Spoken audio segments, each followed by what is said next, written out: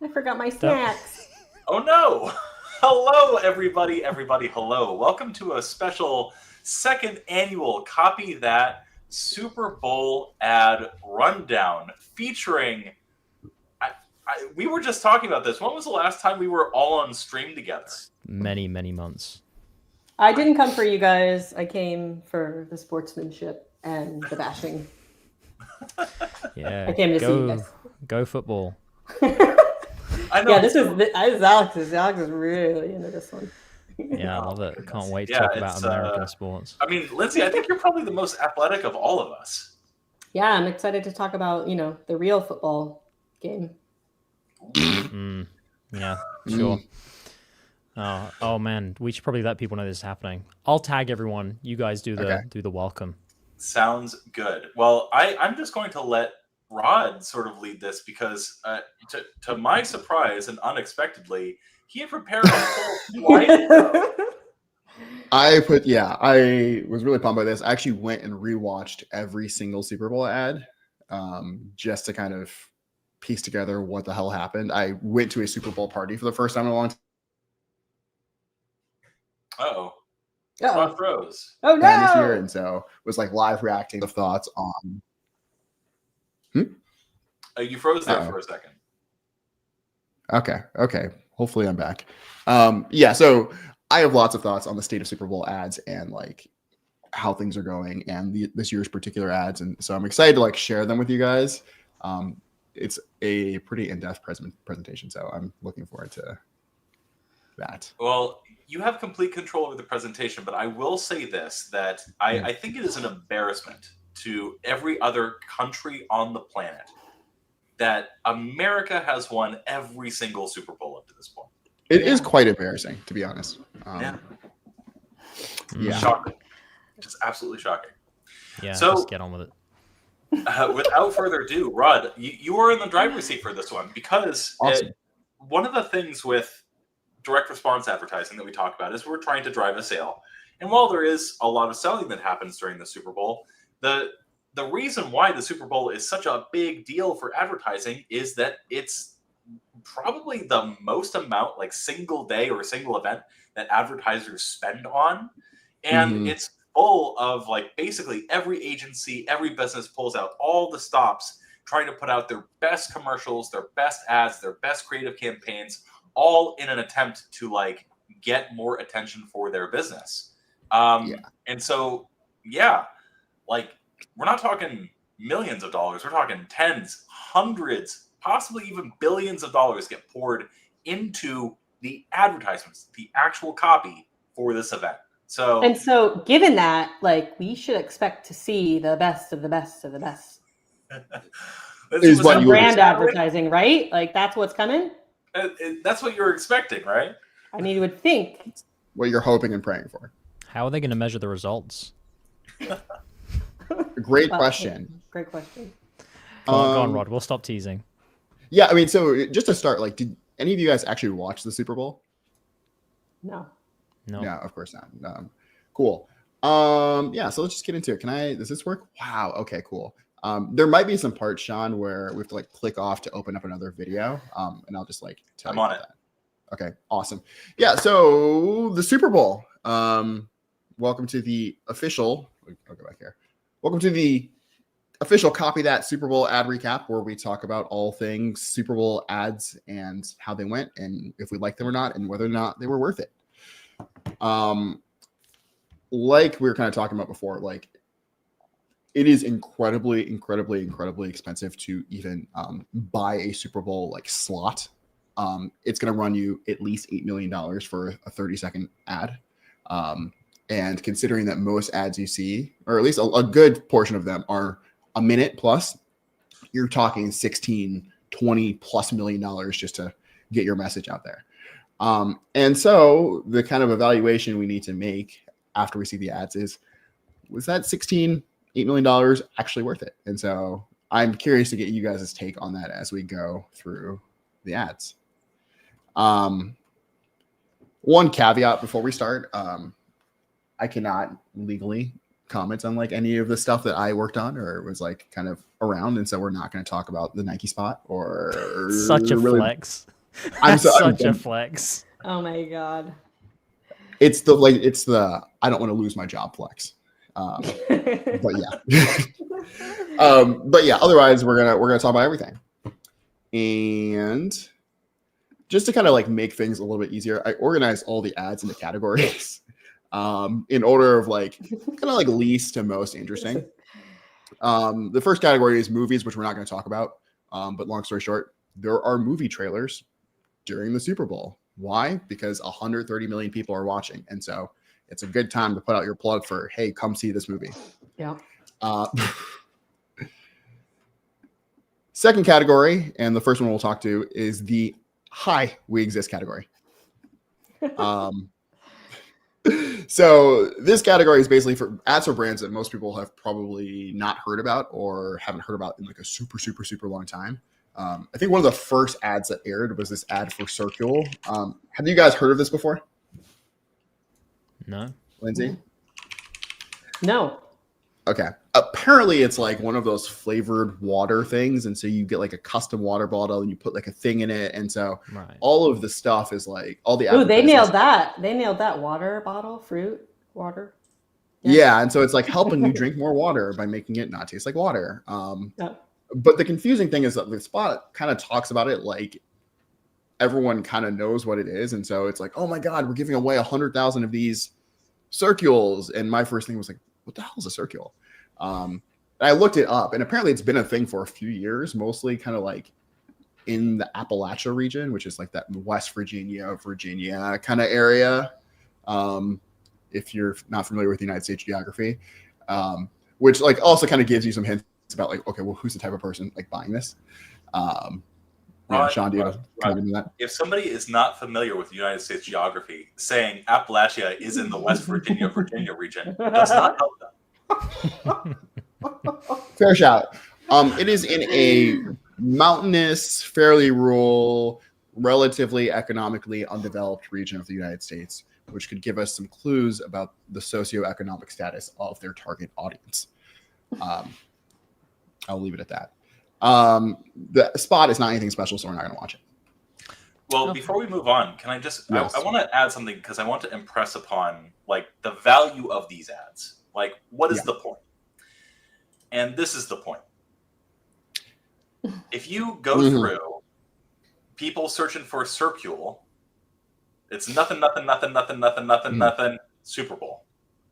Will you back it up to like the last 5 years? All right. 5 years. Yeah. And so you can see it's not even just like for this year or for this week that it was a big deal in terms of like their overall brand, brand recognition or brand interests. If we can take YouTube search interest as like a proxy for that, this is like a huge moment. I don't think they've done anything huge like this before, but like, this is the first time I've heard of them ever. So to make this kind of investment, I think is like kind of like big, oh yeah, we made it sort of thing for a lot of brands, and advertising the Super Bowl is cool. And so another thing we can think about is like, it's not just how effective is the ad at generating new customers, but what does the sort of appearance of running a Super Bowl ad do for maybe investors' sense of how well the brand is doing. And so there is kind of a prestige element here too. We can do this. I also we can do think, this. Like, we're going to clash many times throughout this stream, Rod. We're both prepared for it. Please. But something that I will immediately concede is that I absolutely see more value in the Hi We Exist category of ads. For one, the reason you've just said, beyond just sales, but also undoubtedly, if people haven't really heard of you on a large scale before because you're not really running that many ads, and then all of a sudden you're in front of millions and millions and millions of people in one go, like, you are bound, even without a measurable metric, you are bound to just stick in some people's psyche for the next few months at least and generate a ton of sales from that. So I absolutely see value in something like this from a brand like Circle. Yeah. And if you think about too the way in which brands kind of come up these days, a lot of it starts off as like a very regional thing, and then eventually it kind of reaches like a boiling point at which then it bursts into like national recognition. And so the Stanley mug was a really good example of this, where it started off as a thing, I want to say, in like Utah, particularly among like Mormon moms, and then it kind of goes viral on TikTok eventually, and then all of a sudden you see it popping up everywhere. And so I wonder too, strategically, like, are they like really focused in a small area, and then they kind of get to a point where like, okay, now if we can kind of air this to the entire country, is there potential for it to kind of like take root in other places, kind of like speed up that process of like becoming like, oh god, what's the word, ubiquitous. Yeah, Cool. next category. Hi, we still exist. So this category is for brands that, you know, most people have heard of, but probably don't think about super often. In here, I have like Jeep, Dodge, or not Dodge Ram, just Ram, TurboTax, Skechers, Budweiser, Squarespace. Aside from Budweiser, like these are these are purchases that you're not making every day. You're not buying a car every day. You're not doing your taxes every day. You're probably not buying shoes every day. And if you are, you're probably not thinking about Skechers because they're like a functional shoe. And so the ads in this category were like, hey, by the way, we're still here. Remember to do your taxes. They're coming up. Get this discount deal. Don't go to H&R Block. Or, hey, our truck is really, really cool.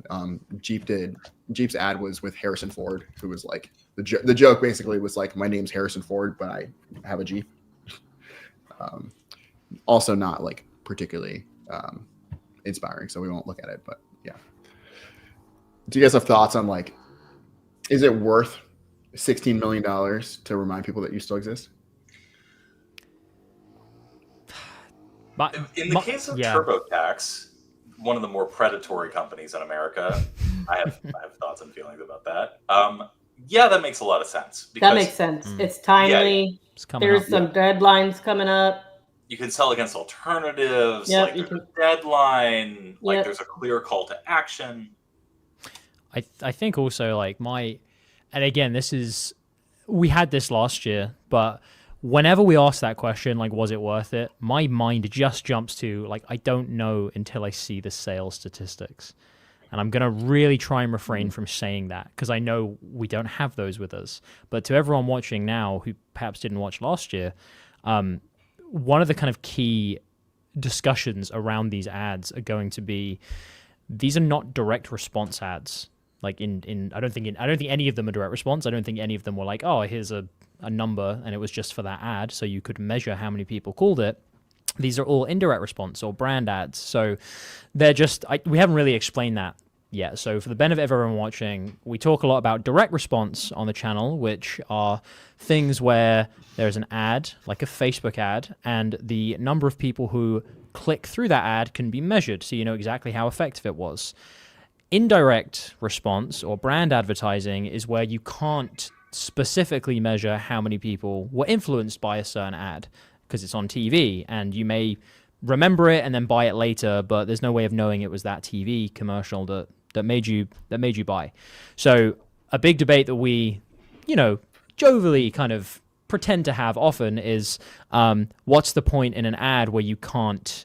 Oh, all right, thanks for putting me on the bottom. So just for the sake of everybody watching, I've rearranged our faces on the screen to be people who are, should I say, more friendly towards indirect response going up and people that are more friendly towards direct response going down.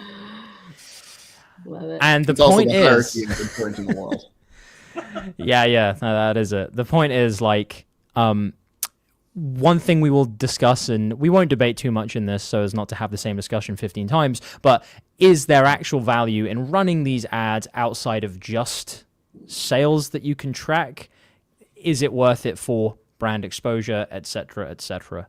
So just set that parameter first of all so people understand where we're coming from so we don't have to keep having a discussion. But in response to you with this, Rod, again, my whole thing is like, for TurboTax, absolutely makes sense. For things like Skechers, Squarespace, it's like I want to know how they do like this coming quarter, and you can maybe give some kind of, maybe it did do something. Yeah, Sean. I looked into, and this is last year, I looked into a lot of the companies that did run Super Bowl ads, and like, except for the weird ones where it was just like, he walks with you, the weird Jesus-y ones. Yeah.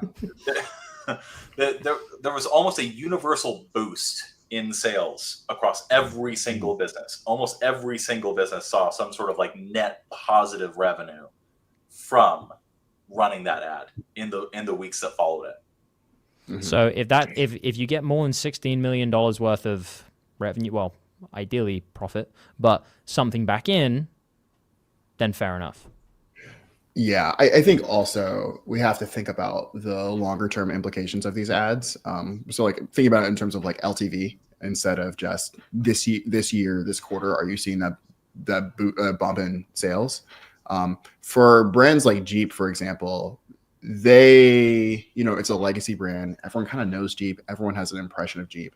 And so when you're running that ad, you are not just trying to sell trucks. You are also reinforcing and in some subtle ways actually trying to shift the perception of your brand. And so this year their ad was very like, America, you have the freedom to choose your own path. And then there's like this cute little plug that, they have good like opportunity for Jeep. Hybrid Jeep. I'm sorry, what was that? Good opportunity for Jeep. Strike that. Yeah. Code.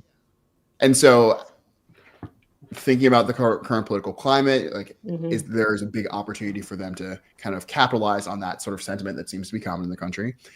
At the same time, they're also able to be like, and also we're not just the same old gas guzzling truck. We also have these electric options that are increasingly appealing to consumers. And so I would love to see the sales.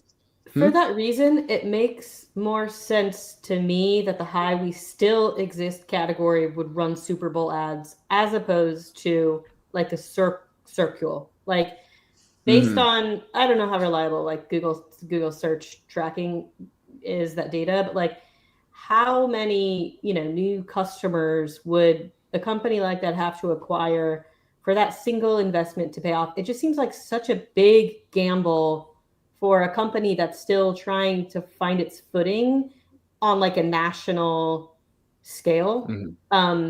You're simultaneously needing to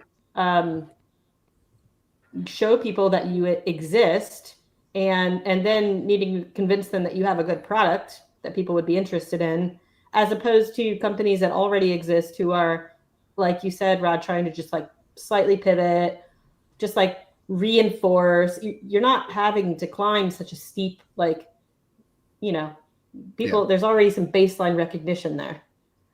These are also huge companies. And so if we're thinking about it in terms of like risk, their marketing budgets are so big. Yeah, that $8 million can absorb it.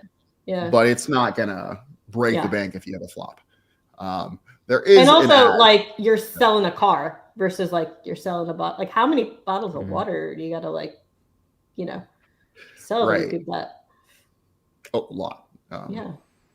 Yeah. So it's a very interesting category. I agree with you. This feels like looking at these brands and like the work they did, it was more than enough for me to be like, yeah, this is probably worth it for them. Moving on to the next category. There's only, I think, one here. But then we're gonna have a conversation about direct response and indirect response ads, Alex. So this one is the big announcement, which is basically a brand is doing something really, really big and really, really important. And so you should really, really pay attention to it because it's really, really cool. That ad this year was the T-Mobile Starlink collab. And so the long story short, T-Mobile is partnering with Starlink to give you connection to the internet and your cell service pretty much anywhere on the planet. And the cool part about this is that they're giving access to that Starlink connection to anyone on any provider for like the next 3 months. And so the CTA there is go to our website, sign up, and so you can have access to this service. Starlink. And then in 3 months, it's going to go away. So make sure you switch to T-Mobile. And so this also gets into like the next stage of Super Bowl marketing, where it's not just a single moment. This moment then pivots into other moments, because I'm sure at the end of these 3 months, they're going to have another campaign saying, hey, switch to T-Mobile. It's free. We'll help you out. We'll do it. Trying to make money off of those people who did try out their services, did like them, and then steal them from their competitors. See, I want to point out Rod's copywriting and persuasion skills there, because he framed things in such a way. He framed this particular ad as like being offer focused, CTA focused, used language that you could tell as he was talking that Lindsey and Alec, I watched them, both went, You got the nod of approval from the direct response people. Yeah. And to top it off, the ad was cool as shit. Lots of planets, lots of moments. Oh my God, trying to play off your emotions and sentiments and stuff. It was a good ad. See, this one point I'll make, just for everyone watching, so it doesn't get too confusing, is that what I will say is that it's not true direct response purely because you still can't measure from the ad specifically. So just for everyone in the chat, and this is not me having a go at you, Rod, but just for everyone in the chat, like, just because a video ad tells you to do something, it doesn't mean it's direct response. It's only direct response if you can actually measure specifically how many people were definitely convinced by that ad, came through that ad.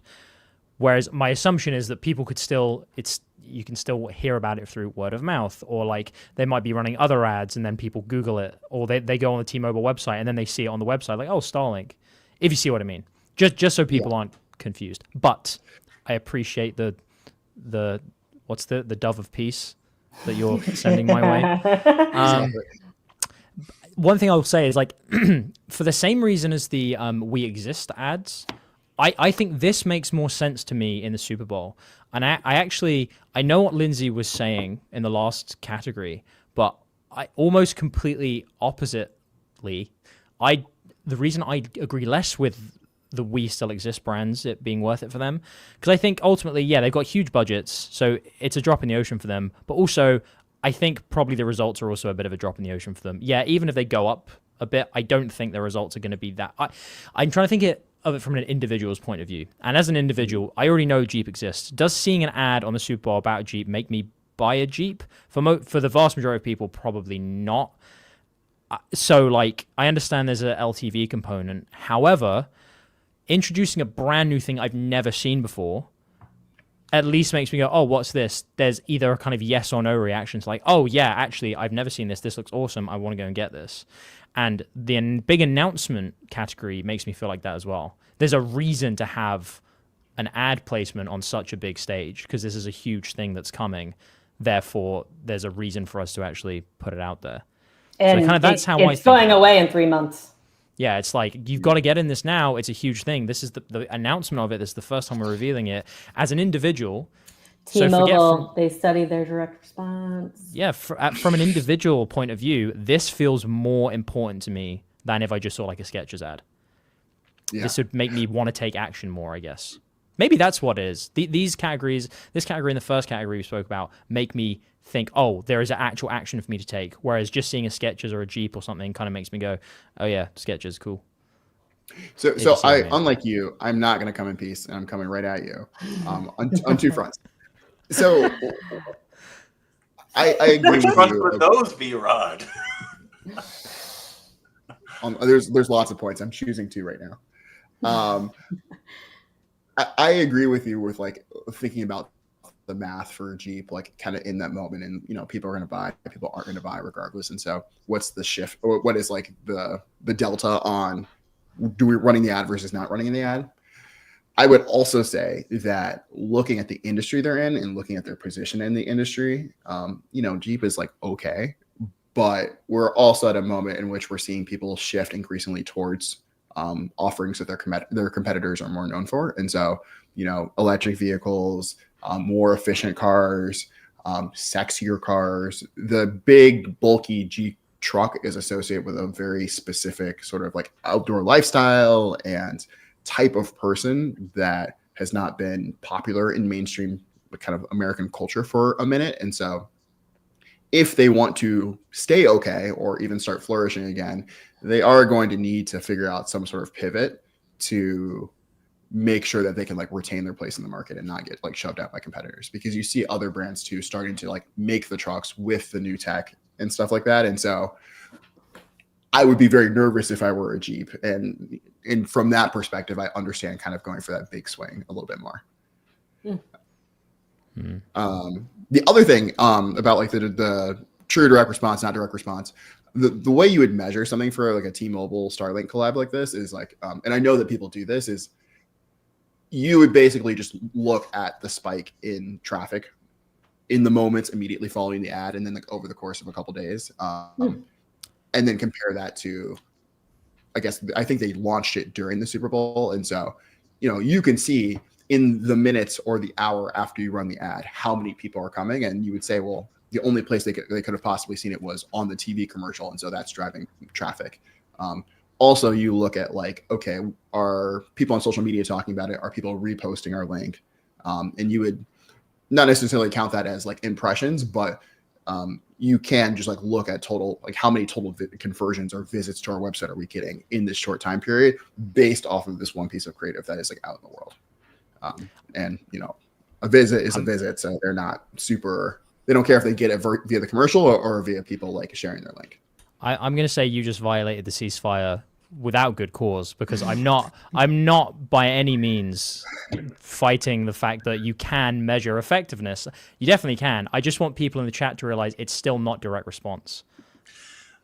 Okay, you say that it's as not though it's we not have, direct you response. say that as though we have not all worked on a campaign where tracking was broken and we had no fucking clue where I'm not saying this to defend our position. I'm just saying it so people understand what direct response genuinely means.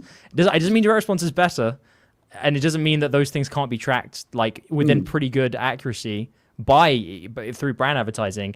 Just so everyone is on the same page in the chat, direct response only means when there is a response you can directly track. Just so we're clear. So don't worry. I'm not saying that you guys can't track how well it did. This is, I'm Hamassing out of this. Like I don't want anything to do. Alex, listen. This video is not even monetized, and so straight up,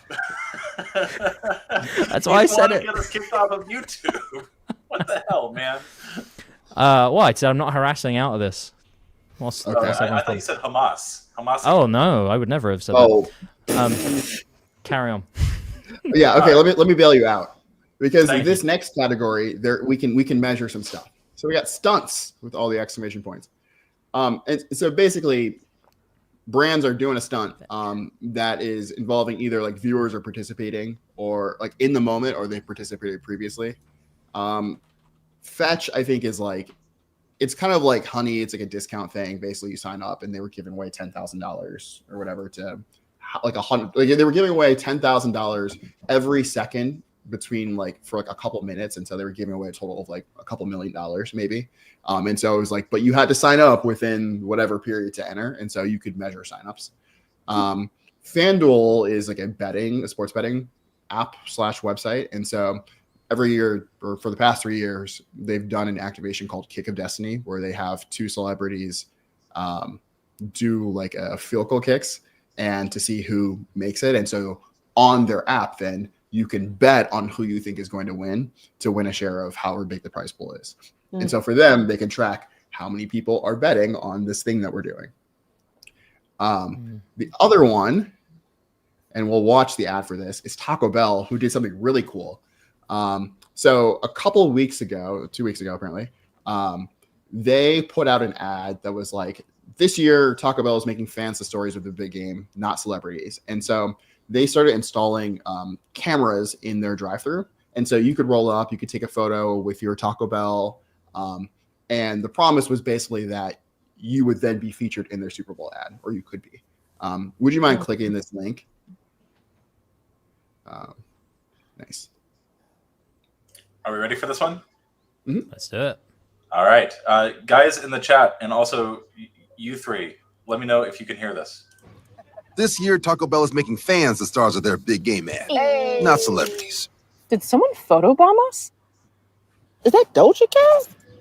For the last time, no famous people. I want to be in this ad. Miss Cat, Come on. we've been through this. You gotta go. No. Yes. No. Yes. No.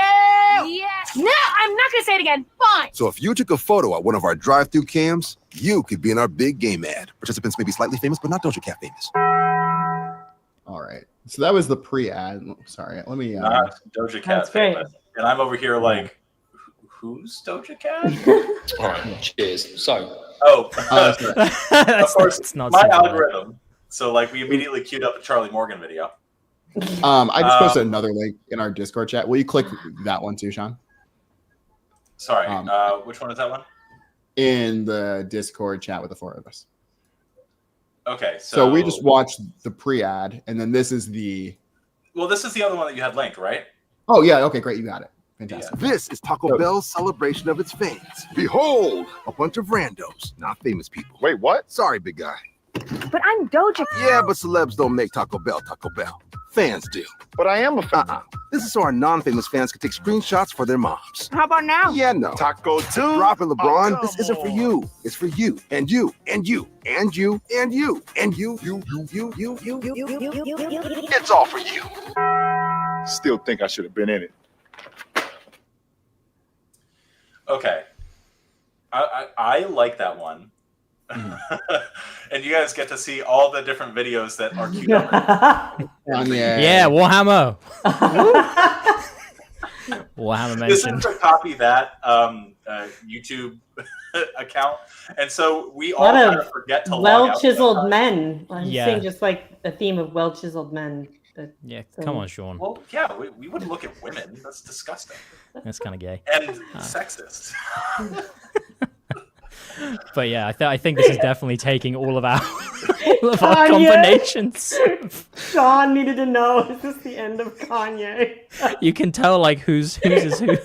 What did you search to get that one? No, this is it's a suggestion. I know, It's I know. that thing that we would probably be I'm interested in. teasing. I know. I know. Oh. Anyway, okay, what do we think of the ad? Okay, here's what I like about that ad. For one, first reason I like that ad, Taco Bell. I want some now. I'm gonna go get some Taco Bell. I'm gonna eat Taco Bell for dinner. It's delicious. I need a cleansing. All right. So we're gonna go there. Second reason I like that. It's a good subversion of that typical like celebrity endorsement. Like, if it's one thing that we know, it's using the sort of like, how should I say, bishop's robes, like presenting somebody that you like as being a spokesperson for a brand. We just know that that's going to sell better. That's true in indirect response. Michael Jordan on the Wheaties box. It's also true in direct response. Bringing Bill O'Reilly to talk to Alex Green for the Oxford Club. Sorry, that's a very obscure reference that only Lindsey and I are going to get. And so, like, this is just that's a common trope. But I have not seen an ad that was just like, no celebrity, you can't be in the ad, even though they're obviously in the ad. So I appreciated that subversion of that. And it was done in such a way that I feel like it's going to stick in people's head. Now, do I think it's going to materially change Taco Bell's sales over the next 4 or 5 days? I don't know.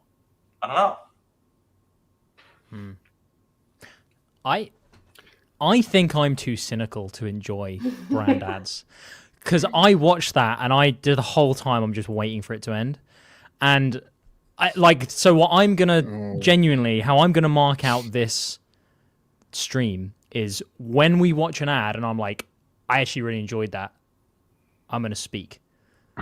Until then, I want the positive Americans to talk. I mean, it's Taco Bell. This Yeah. is like one of those things. You love it or you hate it. You see somebody eating a big old Taco Bell. You're like, I had the same reaction. Oh, that looks really good. I need one of those. I want to eat that now. It's like, it's kind of hard for Taco Bell to miss, I feel. It wasn't a risky ad. It wasn't sending a weird message. Just like, just a clever wrinkle that didn't try too hard and showed some Taco Bell. Uh-oh. Yeah, that's how it is for me. Like, Sorry. Can you hear me? Yeah, your internet is cutting out a little bit, but please. Okay. All right, I'll switch to my hotspot if it gets too bad. Yeah, I mean, so this was really cool for a number of reasons. One, like you said, Sean, like the Super Bowl is just full of celebrities who just sell products, and so kind of pointing to like joking off of that and being okay, this is not going to be a celebrity ad. Instead, we're going to include, real people is kind of a cool nod. The creative is cute. Like, doing a collage of just people's faces is like kind of a nice thing. It's interesting. It's disruptive in terms of like, the very highly produced. Oh no. Rod, you keep cutting out. Yeah. Yeah. Let me just swap right now. Back. All right. It's an interesting conversation, and that I want to sort of pause in this general discussion of the Taco Bell ad and like sort of have it, which, I went to the acquisition.com headquarters and spoke to like all the people on Alex Hormozzi's team and stuff like that. And they were talking about branding, and like they were all cut from the cloth of direct response. Like Alex Hormozzi is definitely a direct response guy. Like all of his stuff is direct response related. But a lot of what they were talking about was like the value of brand and the importance of brand and the sheer importance of like getting out there and putting things out there in such a way that you are known and trusted. And people were asking like, why bother doing that? Why bother on focusing on anything other than the sales? And this was Alex Hormozzi's director of marketing. And he was like, because when we started doing brand work, our cost for acquisition basically went to fucking zero. Yeah, that makes sense. So that's why LTV increases for companies that do a lot of these brand advertisements. Because once something is known, it's automatically more credible. And if something is more credible, a lot of the work that direct response writers have to do to build credibility, well, you no longer have to do. You can just put out an offer and people will buy it. It's like what we were discussing with like a brand new company with zero known, inbuilt recognition suddenly coming out of the woodwork and running a Super Bowl commercial where like you have to educate people about your brand. Like there's no trust component there. There's just like so much you have to convince people of. Whereas if that branding is already kind of out there and it's in the background of people's minds, it's just a much easier sell. Yeah. And so like the power of that ad too is like they didn't show really much food at all. I mean, like it's in the pictures with the people, but all of like if you look at like that key image on the right side, it's just like the faces of like the customers. And still the reaction you get is I want Taco Bell now. So people still want the product because it's so associated with the brand. Now somebody's definitely that passenger. She's eating a really big, I don't know what you call that. The quesadilla. No, it's like the taco pizza inside of the the crunch tortilla crunch wrap. Yeah, that looks good. Yeah. But yeah, I mean, this is the power of brand. You don't have to try so hard in your Super Bowl commercial. You just make a really cute, like, fun commercial. And spend $8 million. Yeah. I do think the fact that like commercial after commercial after commercial it's just celeb. And then all of a sudden you get a company that's like, we're not going to do that celeb thing is an interesting wrinkle. And catchy for that exact reason. Like, whoa, wait, what? Yeah. And I also wouldn't understate the power of like having an activation a couple weeks before. And so like, they're like kind of teasing, hey, this is what we're going to do. Go to Taco Bell, buy something, and you can be in our ad. And all of you love Taco Bell simultaneously look out for our ad. Yeah. I like that a lot. Like that again, like gives a reason. One question I want to pose to everyone is, do you think obviously there is some impact, but do you think the quality of the ad that a company runs during the Super Bowl affects sales that much? Or do you think it's just the fact that their brand is all of a sudden top of mind because it's being watched during the Super Bowl? So if this Taco Bell ad, forget the pre-sales, had basically just been one of those traditional like celebrity ads, not very memorable, blah, blah, blah, do you think that would have changed sales in any way? Or do you think it's just the fact that like everyone has just said, they're almost kind of dismissing the ad and they're saying, maybe I don't really care, now I want Taco Bell. I don't think that's because of the ad. I think that's because they've just been reminded, oh yeah, Taco Bell exists and I like that. So That's the point you of could brand run a bad advertising, though. no, but then I think that's a reductionist way of looking at it, because then we. Sorry, Lindsay, go on. Your question was about quality. I don't necessarily have any thoughts about quality, but I do think one thing that like brand advertising and direct response have absolutely are in lockstep on is like the messaging has to come through crystal clear. I don't know if Rod's teed them up yet, but like there were some commercials that I saw where it was too inside jokey, too much fast, clever banter, and then you get to the end, you're like, what did I even just watch? Some of them, there was one with Matt Damon and David Beckham, where it's like I don't even like the product is too much in the background. Like I don't even remember seeing Estella until like halfway through. I'm like, what even is this about? You get lost in the banter trying to keep up with it, and the message, the brand is actually drowned out. So I think like if it's quality, I don't know, as long as like the message is coming through clear, the brand is coming through clear. Lindsay, that ad is not the next one that's queued up, but the next one after that is queued up. I'm curious if Rod liked it or hated it. All right. We will see. Let's forward. All right. So next category is weird, extra, and unexpected. So basically, like if pattern interrupts were ads, this is like that category. So like lots of like really weird stuff, lots of like really different stuff.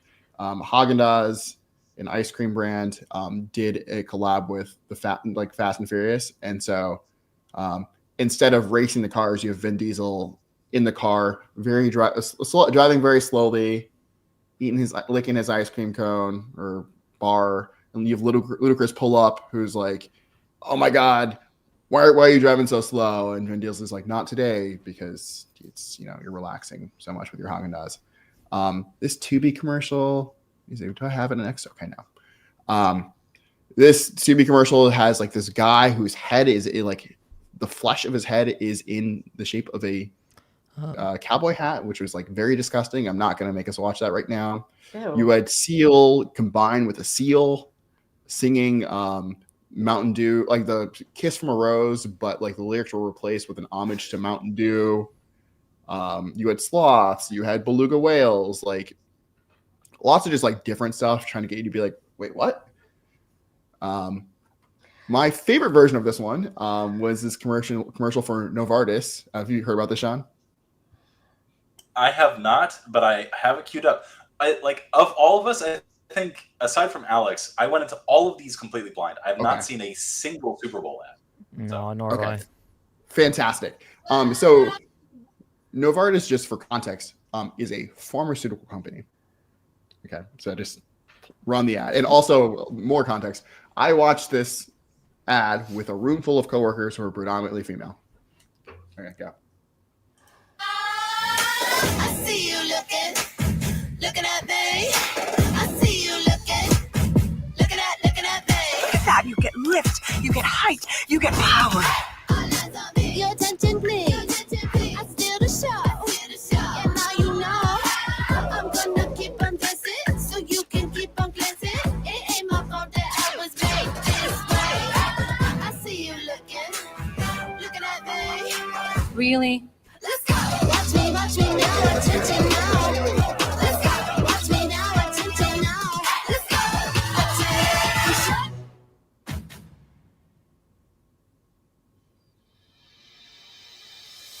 Let's start paying attention to breasts when it matters the most. Early detection for breast cancer is a game changer, and why I'm able to be here today. So let's get more women screened than ever before. Go to yourattentionplease.com and take the first step. God, Wow. what the fuck? Sorry, autoplay. Oh my God, please tell me it transitions to that music. Oh Lord. No, it was like a different ad. It was an autoplay to the next thing queued up. That was bad. I'm crying. That was so. That Lindsey, as our resident woman, how did that ad make you feel? Oh man, that was a really weird pivot. That the messaging just did not align with like the end message pivoting to breast cancer from a big pharma company trying to do something cute with boobies. That did not hit well for me. And I'm guessing your audience, Rod, didn't feel the same way. It actually wasn't received poorly. I think a lot of people were like, oh, I mean, also it was a room full of like advertising people, so different context. Yeah, they're the worst. I know for me, I remember I was watching it and thinking like, oh, okay, so we're back to doing these ads again, like very reminiscent of like those Carl's Jr.'s ads from back in the day. And then it's a certain point, it kind of goes from just like really big boobs to, okay, there's some sort of thing with like women being faced with, okay, are your breasts too big? Are they too small? And so it gets a little bit more complex. And then you see like itty bitty titty committee shirts. And it's like, okay, so it's not just about the size kind of. And so it gets like a little bit more complex. And then at the end, there's the pivot from, okay, from this to, we're paying attention to boobs all the time, but we're not paying attention to the right thing. I liked it because I think though it was like very discordant, that message resonates and it is true. And so like, and it also is touching on this culture. I think if they were a little more on the nose about that and they like looked that in the eye and intentionally did the messaging shift a little, I think that would work. But instead, you just what's that celebrity's name at the end? Wanda Sykes. Wanda Sykes. Yeah, you get Wanda who's just like la, la, la, la, la. Like it's, if she was like more like leaned into that tonal shift a little bit and treated it like a serious thing that it is, I think that would have maybe landed better. So apparently Wanda Sykes has had a double mastectomy. So I think that's why she was picked for it. And so yeah.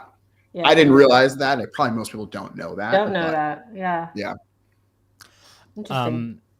I like the tits, to be honest. But outside of that,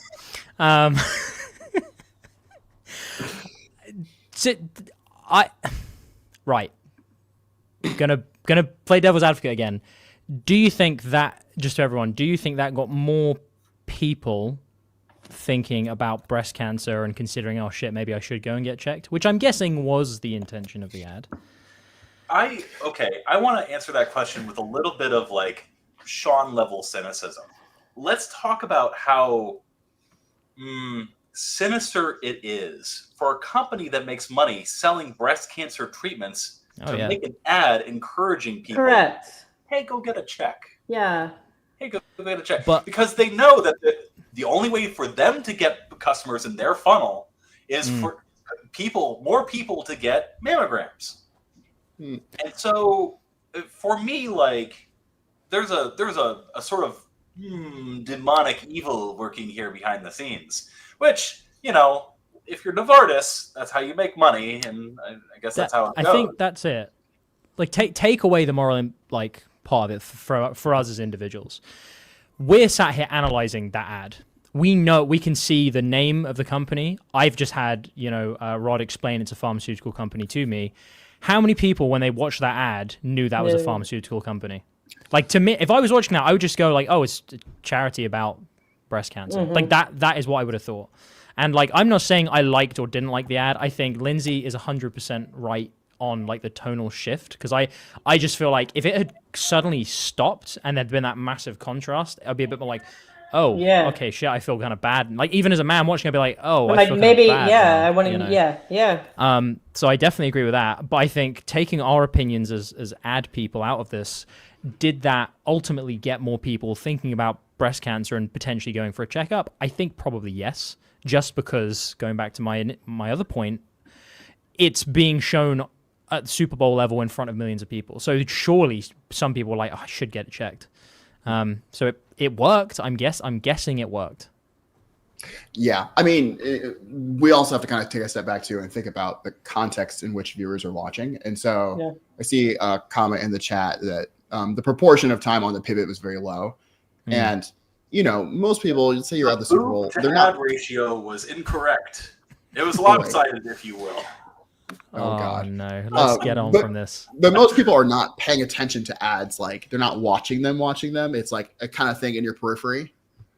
Putting a bunch of boobs on the screen is a wait. What? What are we looking at? And so it doesn't matter if you're tuning in the very first second of the ad or 10 seconds in. You're like, why are there all these boobs on the TV right now? And so you watch to the end. It's the hook basically. Yeah. I think I'm definitely less cynical about pharmaceutical advertising. Just because be. It's obviously. It literally saves people's lives. Like if Novartis gets money because someone had their early stage breast cancer detected and now needs treatment, that's a win for society. It's certainly a win for the person who does not, you know, potentially capitalist have like a life-threatening condition. I thought I was the uber capitalist of the group. Yeah, now it goes capitalist to communist. That's now the order of people. Oh, and then I have to switch this. There you go. All right. Cool. But it's definitely a polarizing ad. And so the other part of it is that you do something like this, people have very different opinions. People talk about it. People are talking about the brand. And so we can disagree about whether or not it was appropriate, how long they spent on it, but attention is still up because negative attention is still attention. And that conversation will get other people looking at the ad, will get other people converting click through, or at least thinking about breast cancer, which, you know, it's a win-win. I want to draw attention to this, but the ad was memorable for men. How many of those men are going to remember to be like, hey, baby, go get a mammogram? How many of those men will wrongly apply for mammograms? Oh, Lord. In the interest and to be conscientious, Lindsey is super busy today, and so she was only able to give us 45 minutes, and she ended up giving us 52. And so I want to give her. Thank you. I wanted to stay around for the seal ad. I wanted to see what Rod said about it. I'm gonna have to circle back. But speaking of, it was memorable for men. I think it's when we looked at the seal ad, the number of people who commented, "Oh, the seal ad!" Like, I wonder how many people actually went online and looked up the seal ad after. Yeah. There was so much chatter about it online. It was a weird one. That was weird, but it had maybe unintended. I wanted to know your thoughts, Rod. Ripple effects of it just like still going. Yeah, I think that's what you want to do for a lot of brands. It was for Mountain Dew, who it's kind of like a Taco Bell situation where people know your stuff. And so when you're going to the Super Bowl, you don't need to say, drink Mountain Dew. It's a reminder, oh yeah, we're still that quirky brand who does all this weird stuff. Who has the weird colored liquid that you drink and Yeah, it's battery acid. Let's this just was watch fun. Go watch it. I'll talk to you guys later. Nice. All right. All right, Lindsey, take care. have a good day. I'll see you. Mountain Dew Baja Blast.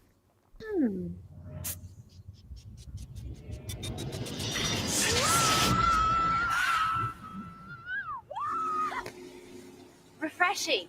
It's kissed by the perfect amount of tropical lime.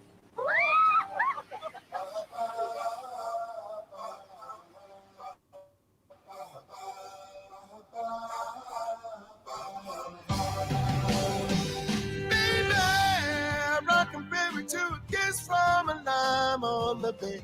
Ooh, the moment I think of it, it's strange on the sea. Yeah, my flippers got whole Mountain Dew. It slips right on through a watershed.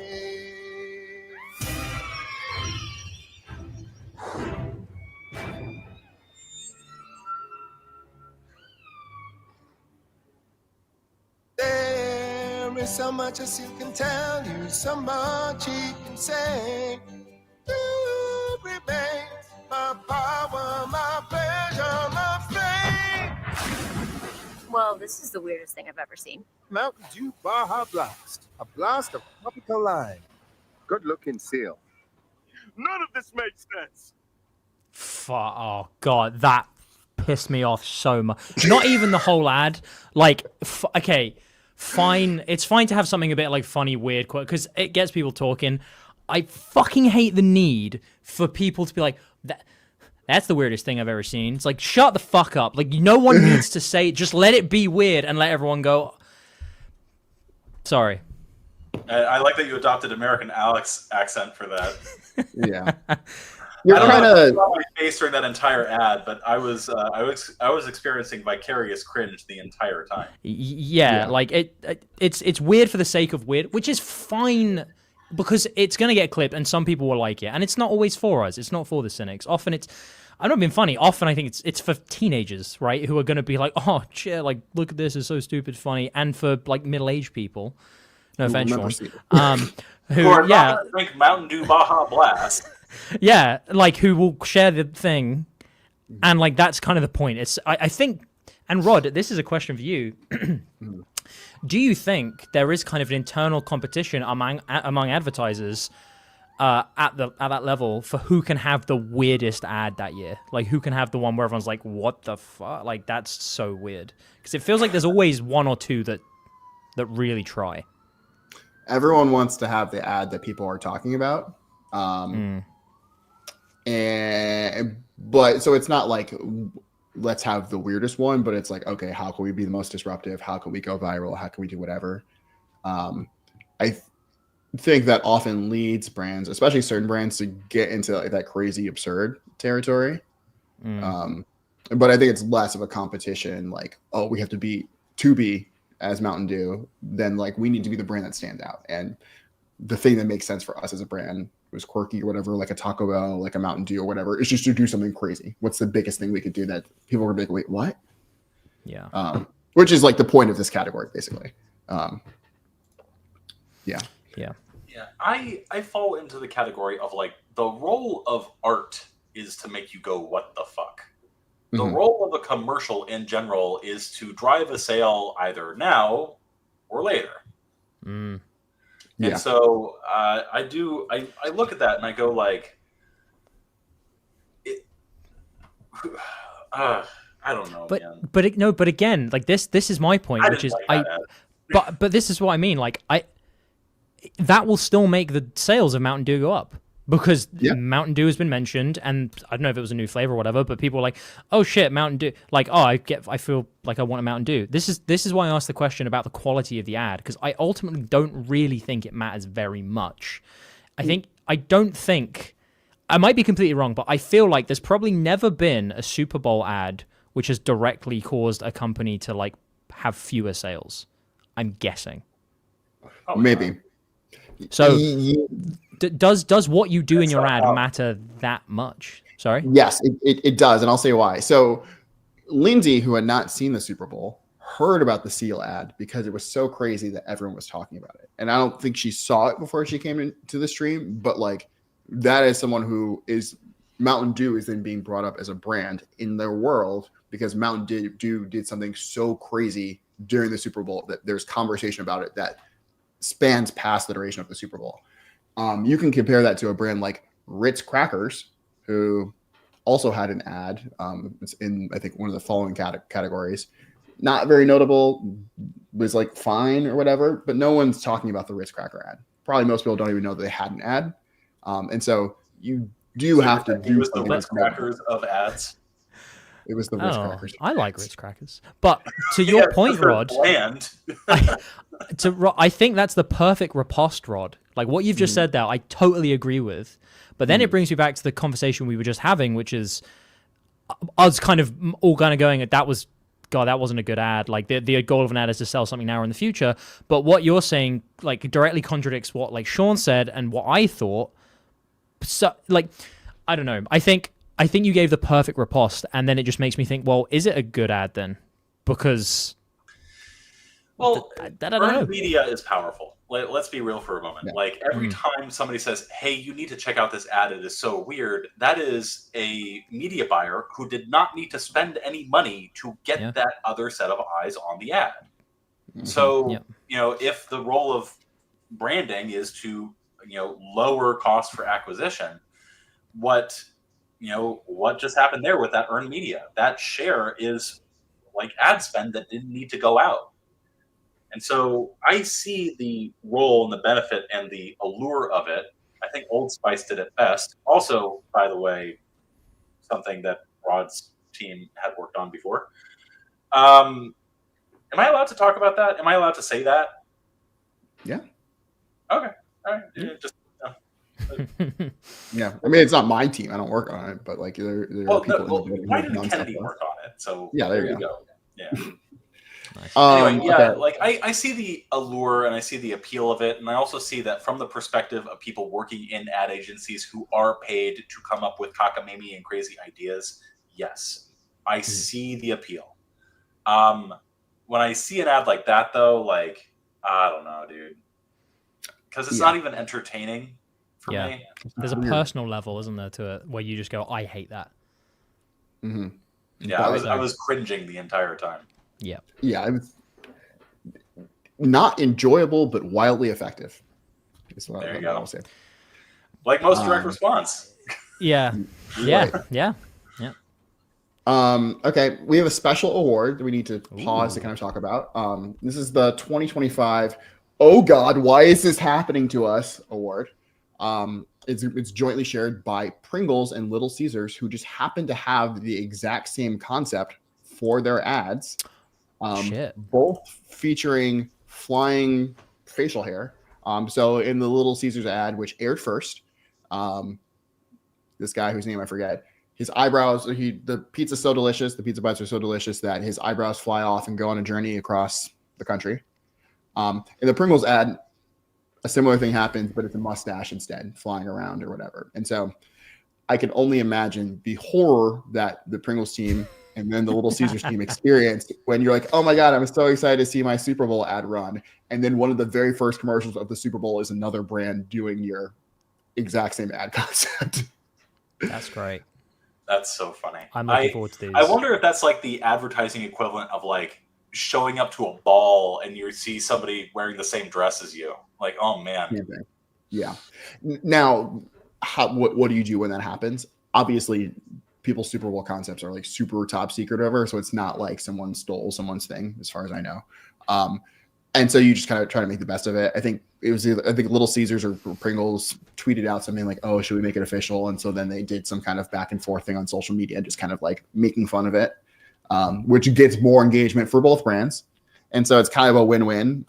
Obviously, you hate for that to happen. I'm sure there was a lot of panic or dread that set in, but So maybe it was planned. Just thinking about this from an entrepreneurial and business perspective, like if I were the CMO of Pringles and I saw that the Little Caesars ad came out before, and I was like more than marginally aware that we had dumped a bunch of money into a flying hair ad, the first thing that I would do is get on the phone with the CMO from Little Caesars and be like, "Hey, let's talk some synergy here and see if we can do something together."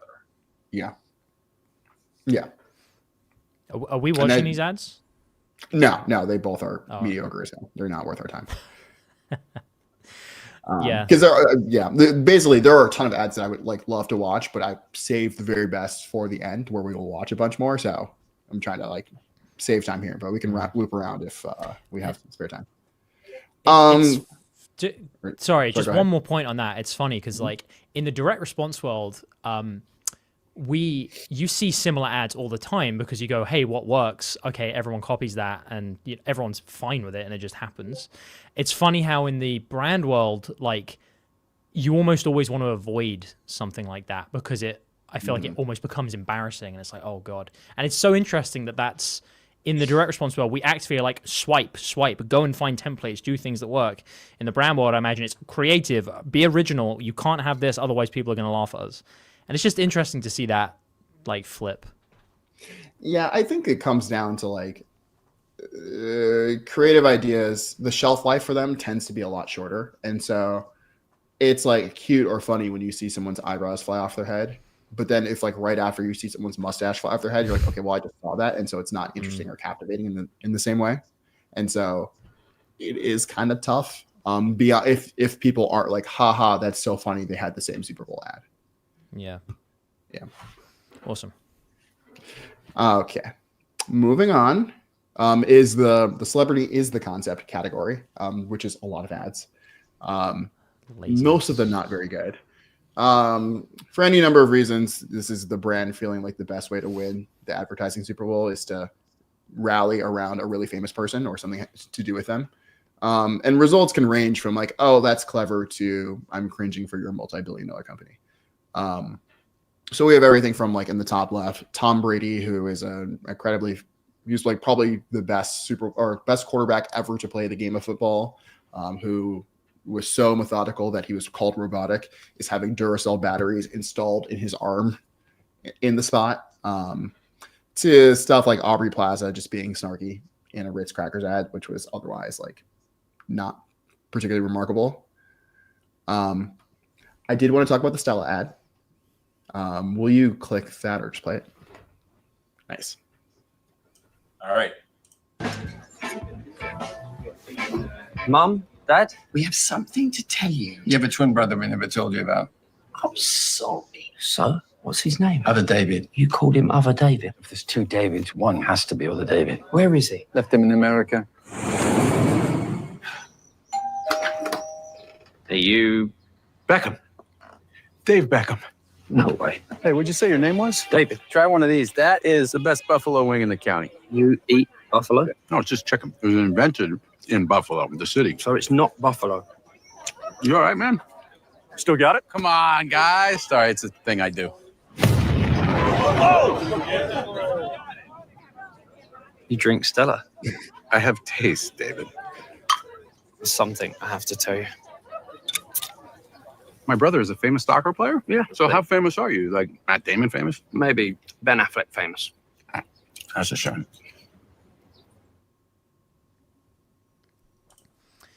Do Americans know who David Beckham is then? Yeah. He played for the LA Galaxy for a hot minute there. He did, but I didn't. There was a movie called Bend It Like Bend It Beckham. Yeah.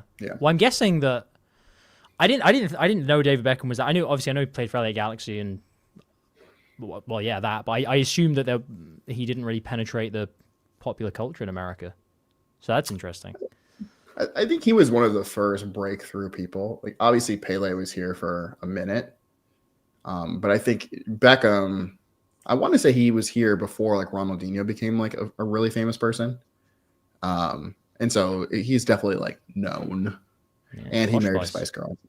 Yeah, I think the movie Girls are big in the US as well. I didn't even know that. Yeah. Oh, cool. Yeah.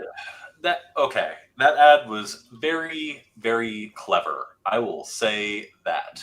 I think it depends upon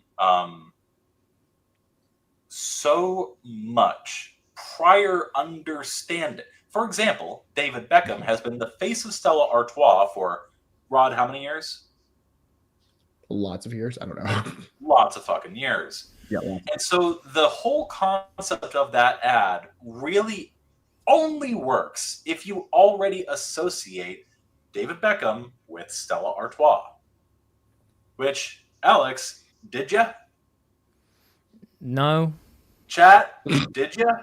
Stella ads are very different in the UK. Yeah. I mean, yeah. So I would think about it from the lens of like, okay, what is Stella Artois in the world of American casual beer drinkers? It is the nicer, more European, more crazy. posh, as we might say. They did such a good rebrand. It's insane. Like that. It's the Miller High Life of in the UK, like Stella. They have been doing a rebrand for the last few years where they try and make it all like kind of posh and like kind of French, and you know all the adverts like on the kind of Mediterranean coast and they're like sipping it all nice and they use the scraper. But like even still now, like among friends, like it's just the wife beater beer.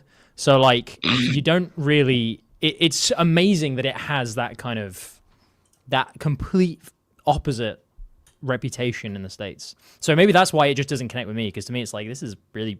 There's no connections here, you know? Yeah. The one thing I liked about it, and there's like a longer cut, and I think they also maybe like teased it too, is that like the story is like somewhat engaging actually. It's like, oh, long lost brother, who is it going to be? Oh, it's Matt Damon. They're making jokes about Matt Damon. who's kicking, he's punting a ball very, very far. You said his In name terms wrong. of like this, the actual effort that is put into these ads, in terms of like having some sort of cohesive narrative, this was one of the few celebrity ones where I was like, oh, okay, I'm following along, I'm engaged. Does it work for selling the beer? I don't really know. The beer's just kind of there. But yeah, I don't know. Yeah. I don't know if Stella has enough like penetration among American casual beer drinkers that having it placed casually in that way is sufficient to kind of like, change association or awareness or whatever. By the way, you did say Matt Damon's name wrong. Matt Damon? What is it? From Team Damon. America, right? Thank you, David. Matt Damon. It's been ages since I've seen that. Yeah, and if anybody gets that reference, you are also probably a millennial. Yeah, this is a good point. They do talk about the beer, and because he's like, Beckham is like, oh, you drink Stella, and he's like, well, of course, I have taste, and so you get the little nod, I think something that confused me about, because I know that's Matt Damon, but genuinely, when he opened the door, I was expecting it to be a celebrity called David. So then I was like, wait, is that I was like, wait, who is that? Because I was like, shit, well, it's not Matt Damon. It's like Dave. And I'm like, what David am I forgetting? And then it was only at the end when he was like Matt Damon. I was like, oh, it is Matt Damon. So that kind of confused me, which it might be me being stupid, but at the same time, like, as someone who I was sure that was Matt Damon, I thought the joke was going to be, oh, it's another famous David. But no, it's Matt Damon playing a nobody in a universe where Matt Damon still exists. It's just a bit like, okay, I don't really get it. It's very, So I have nothing else to say about this. So it's like a little insider thing. I wonder if the original concept called for another famous David, because one thing that does happen is like, you'll be like, oh, we want to do this super well ad. Here's the concept. And then the other person you want to cast is not available or doesn't want to do it, or it's just easier to go with someone else, or there's desire on the client side to maybe they have an existing contract with somebody that they need to utilize. And so then that gets kind of put into your ad. And so I do wonder if they originally wanted to have two Davids, and then this is just kind of how it ended up playing out. Yeah, maybe. Yeah. I don't know. Okay, moving on. I still don't want to. Oh, it's time for the most offensive ad of the Super Bowl. Oh, great. Hooray. Will you click? I think it's the image, maybe is the link. Okay. Rod, I was on top of this. I queued up all of the links that you queued up. That is so kind of you. Anyway, shall I play? Yeah, no comment. Let's just play it and see what happens. All right. America's deadliest epidemic. This is America. 74% of us are overweight, and obesity leads to 500,000 deaths each year. Why, you just have to stop eating, Jimmy. This is America. Something's broken, and it's not our bodies. It's the system. Welcome to Weight Loss in America. Like and subscribe. A $160 billion industry that feeds on our failure. There are medications that work, but they're priced for profits, not patients. This is America. This system wasn't built to help us. It was built to keep us sick and stuck. But not anymore. Hims & Hers offers life-changing weight loss medications. They're affordable, doctor-trusted, and formulated in the USA. You get a treatment plan designed by a doctor to fit your body, goals, and lifestyle. You deserve to feel great in your body. This is the future of healthcare. This is Hims & Hers. Join us in the fight for a healthier America. That was my favorite ad so far. Yeah. Easily. The copy was fantastic. That was fantastic copy. I have bias as well because I really like Hims, because I spoke with one of their not head copywriters but like head marketing people in Europe when I was doing a weight loss clinic and when I was setting that stuff up, and like their direct response is on fucking point, and that there basically just kind of moved over their direct response messaging onto the stage. So I'm just like, well, I've seen it work in that field. Why would it not work in this field, regardless of if it's offensive or there was only one note I had, but Sean, go on. Alex, just to speak to that point, in all candor, in like I want to say February or March of last year, I was like, I was just, perusing ads and studying ads, and I saw an ad that Hims and Hers put out. And it was like, it was very similar kind of copy. It was very similar ad creative. I think it was like one of the ads that pre-rolled on like Amazon Prime. And I was like, holy shit, this is really good copy. And I saw what they were selling, and I saw how they were selling it. I was like, I'm not even going to look at this company. I'm going to throw like $5,000 into this company right away. And I just bought their stock, like sight unseen, and made a ton of money because of how effective the advertising was. Yeah. Because they made so much money from advertising that way. So much money. And their revenue has been like, because they have locked into really, really powerful, good messaging. And there was almost no change from what they do online to what they did there. And I'm going to say one more thing, and then I'm going to let Rod berate us. But like the only thing there, because like I know their funnels really fucking well, or certainly their funnels from like 5 months ago anyway, like really, really well. Been through them loads, know how many emails they have, know what messaging they have at each stage for like weight loss, erectile dysfunction, hair loss, weight loss, whatever one I didn't say. And it pretty much, like how they introduce people through like kind of cold traffic to this, it's basically so comforting, and so like it's pretty simple. We hold your hand through it, it's not your fault that you're this way, blah blah blah blah blah. It's an easy way to do it. That is exactly what I saw there. The only thing that I found interesting, I'm not going to critique it necessarily, but I found interesting was they took the kind of path at the end of like, you deserve to feel good in your body, and then they showed loads of like overweight people, which is really interesting because in most of the direct response stuff, or certainly was the case, they show thin people and they show like what you aspire to be. That's exactly what Steve has just said. Like that was the thing that I was confused about at the end. So I have a thought on that, and I want to jump in before Rod gives his thought on that.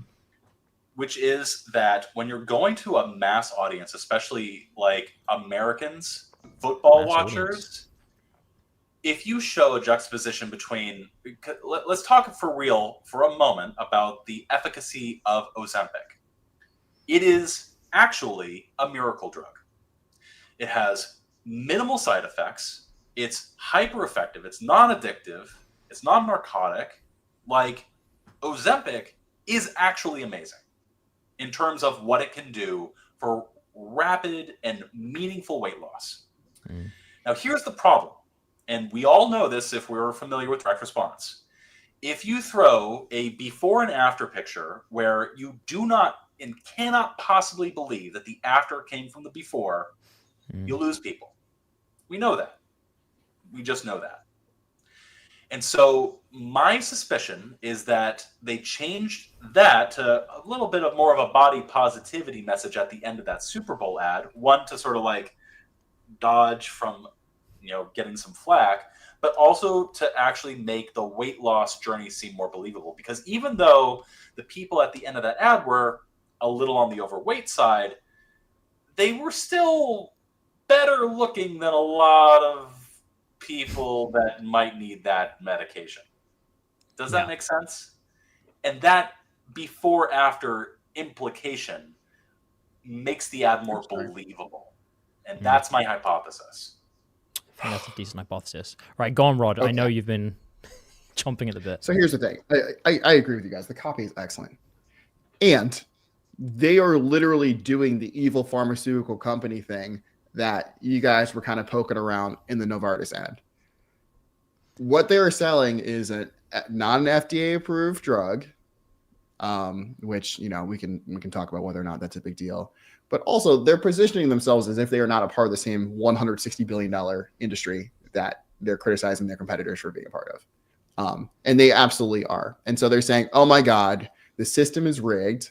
Everyone wants to keep you fat and sick. And it's just us who care about you. And that's why we're selling you these cheap drugs. I disagree.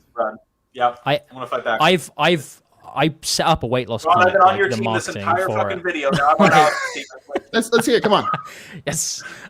No, I helped set up the advertising for like a weight loss clinic, right? That was like one of the last things I did at my kind of previous role. I had to talk to a lot of online doctors and a lot of pharmacies and pharmacists with this.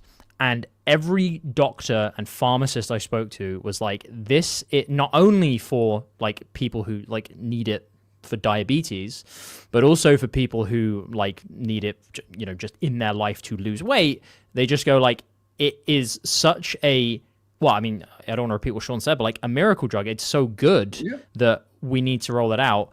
Hims, like, they are simply a private company who are not manufacturing, but they are selling something that gives a desired outcome, and it is it's in their interest to, of course, make sure people keep buying it. But the fact is, people keep buying it to keep losing a lot of weight, and the lifetime value of those people is still a lot of damn money overall, because it takes a long time to kind of lose all the weight they want. But it doesn't come back on them like, oh yeah, people are going to be iller at the end of this, or people are going to be worse off. So I don't think it's predatory or like vampiric, you know, as you're positioning it. It's not predatory. It's just lying about the nature of like their business. No. Totally disagree. Because the Ozempic ad, what we just watched, the Hims ad, was more honest than the Novartis ad. And here is why. The Novartis ad was straight up like, hey, feel self-conscious about your breasts. Go get them checked. And we are not going to reveal that we are the evil pharmaceutical company that's going to make money on the back end if you do actually have breast cancer. Okay? There was never a point where it articulated that. The Hims and Hers ad straight up was just like, we sell medicine to help you overcome this hurdle that has been put in front of you by society. Yeah, but I think I am taking issue with like the framing that they're using to set that up. Like, we can talk about the legitimacy of like, oh, society is structured to keep you fat. Like, that's a statement that I would disagree with. Like, but I think it's arguable.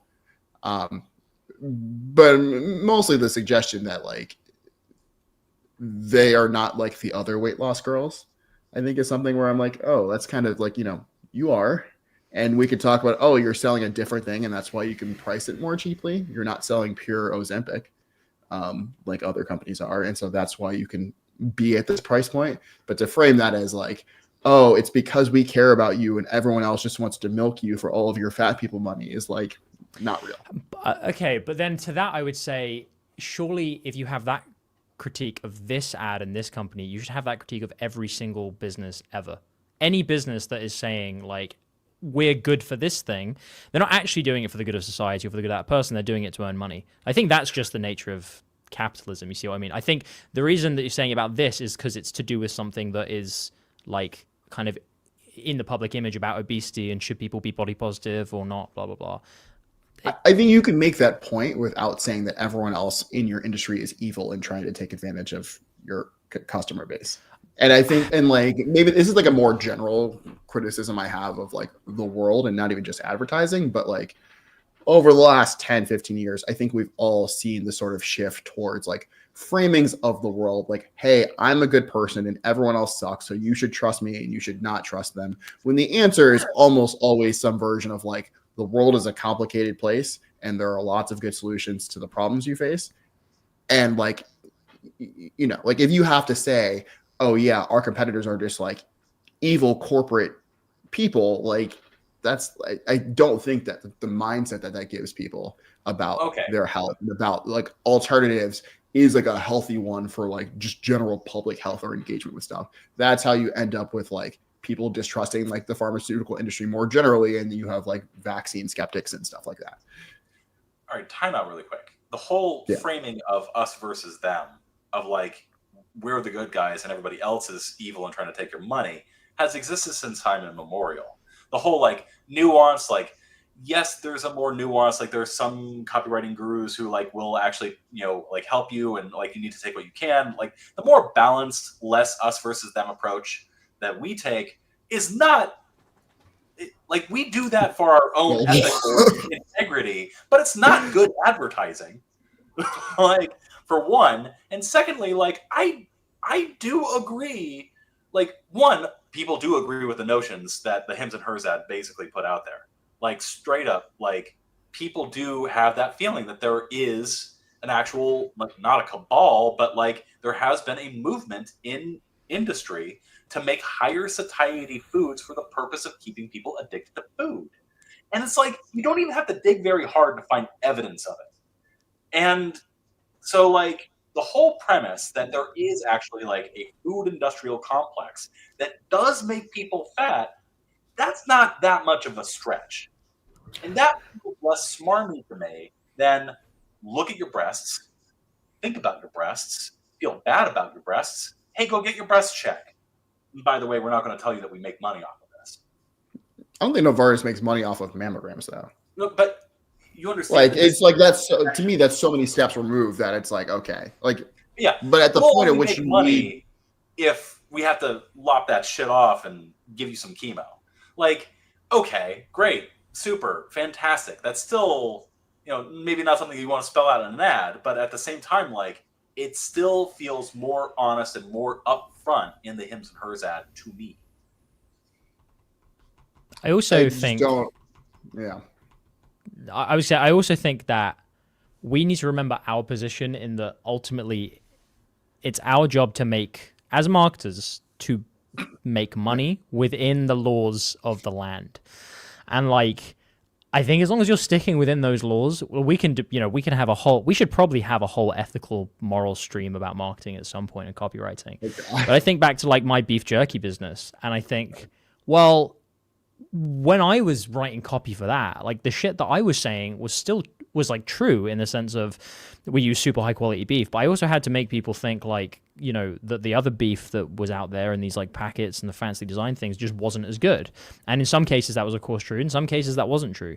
So then I think, well, surely by that logic, I shouldn't have been doing that, because I do think that ad, the Hims and Hers ad, like I don't think it was very seedy, really.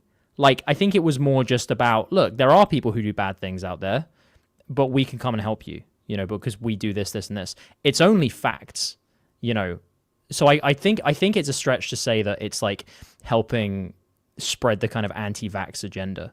Because also, I mean, I don't know if this is the case, but I would like to think if you're an anti-vaxxer, you wouldn't be injecting yourself with Ozempic. I don't know, but yeah, I'm not saying it's going to make people anti-vaxxer. It's just, I think pushing, yeah. Was it a good ad? Is the question.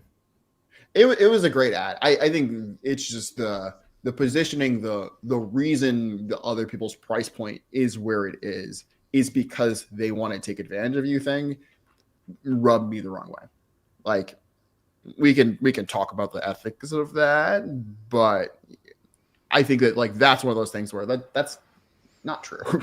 I don't think that the companies that make Ozempics and other like GLP-1 alternatives are pricing it there because they're trying to fuck people over. It costs money to make the stuff. They do have some obligation to be profitable. We can talk about what an appropriate profit margin is, but like I would. What is Tim's profit margin relative to, Eli Lilly's stuff? Sorry, are we talking about GLP-1s and like the fact that you can synthesize this shit at home?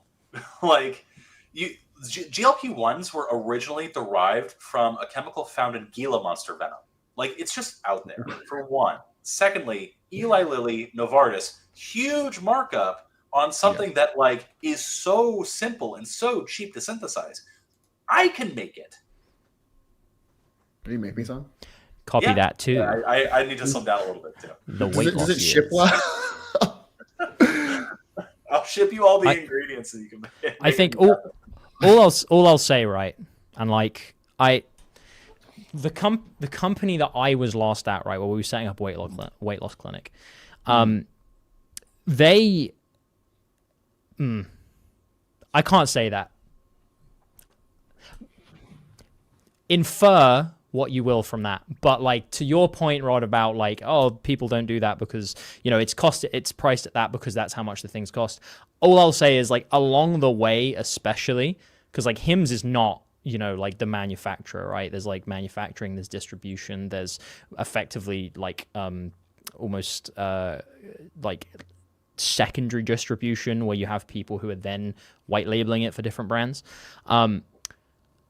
people mark shit up along that route, and I have had direct experience of, even at like the pharmacy level, of them just going, well, we want to hit 20% revenue increase, so let's whack that on this because we know people really want it. So like there is shady shit. Like Hims, I don't know what Hims' practices are, but I know for sure like other businesses certainly whack that up. I don't think I've broken any contracts there, but like, you know, take from that what you will. Yeah. Yeah. I mean, Now, that's a common thing in all businesses, though. Yeah. Yeah. One thing I will say too, do you still have that video open, Sean? I can get it easily. Yeah. So, to step back, I agree. The ad copy is really good. I would go down to the comments and like look at people's reaction to it. And obviously, you know, people who post in comment sections are not entirely representative of like the entire like populace of people who saw the ad, but like reception to it is like actually like quite negative. And so there is a thing here where like you can do the really bombastic thing, but also considering that you have like a very general audience who's going to come with lots of different perspectives, you are also exposing, the more caustic you are, the more you expose yourself to, you know, negative feedback. And like they have been getting bad press about this, which I think when I saw it, their stock was down like 2.3% or something like that, which will probably bounce back up because their stuff is effective and sells and their marketing is generally quite good. But, you know, I do think we have to take into account that like there are regular people who see this and are like, this is some trash. Dude, Hims is up 6.5% today. Holy shit. In the last less than a month, the stock has doubled again. I also think that the point I would make about, like, to me, and I call this like the Twitter effect, or you can even call it like fucking any, or the Reddit effect, where like if we're just looking at, say, a subreddit, or we're just looking at Twitter, or we're just looking at YouTube comments to go like, oh yeah, see, this was received really badly. It's like, well, how many people are going to watch that ad again? People who liked the ad? Probably not, because they're probably on Hims' website. People who didn't like the ad? Yeah, probably. So it's like, I don't think this is a fair representation really of how general people received it. Because it's like, well, if you didn't like it, you would go there. It's the same with subreddit. Like, it's like when Reddit or Twitter or whatever were surprised that like, oh, like Brexit happened, Donald Trump won. It's like, well, yeah, because the wider world is not your subreddit. So I think like it doesn't really matter how it's received as long as the right people go and buy it, I guess. Which is probably what they think as well. Yeah, like, look at this chart, this revenue chart. Like, holy shit. Like, I wish I had invested in 2022 when I started, like, fucking looking at them. I bought right around here. No. When was it? Yeah, like February. Like, right when it was, like, around $10. I bought right around here. And I sold right around here, being like, oh, I'm a genius. Always forgetting the one rule I have about investing, which is to never sell. Anyway. Yeah. Damn. Yes. Yeah, no, Moving on. You have a revenue chart like that. It's just like unbelievable. Look at that. And like I bet you $1 that this is going to go up even more in the next quarterly earnings.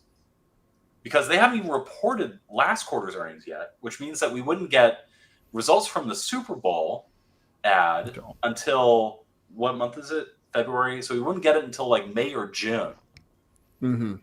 That's when we would see the effects of the Super Bowl ad on Hims and Hers revenue.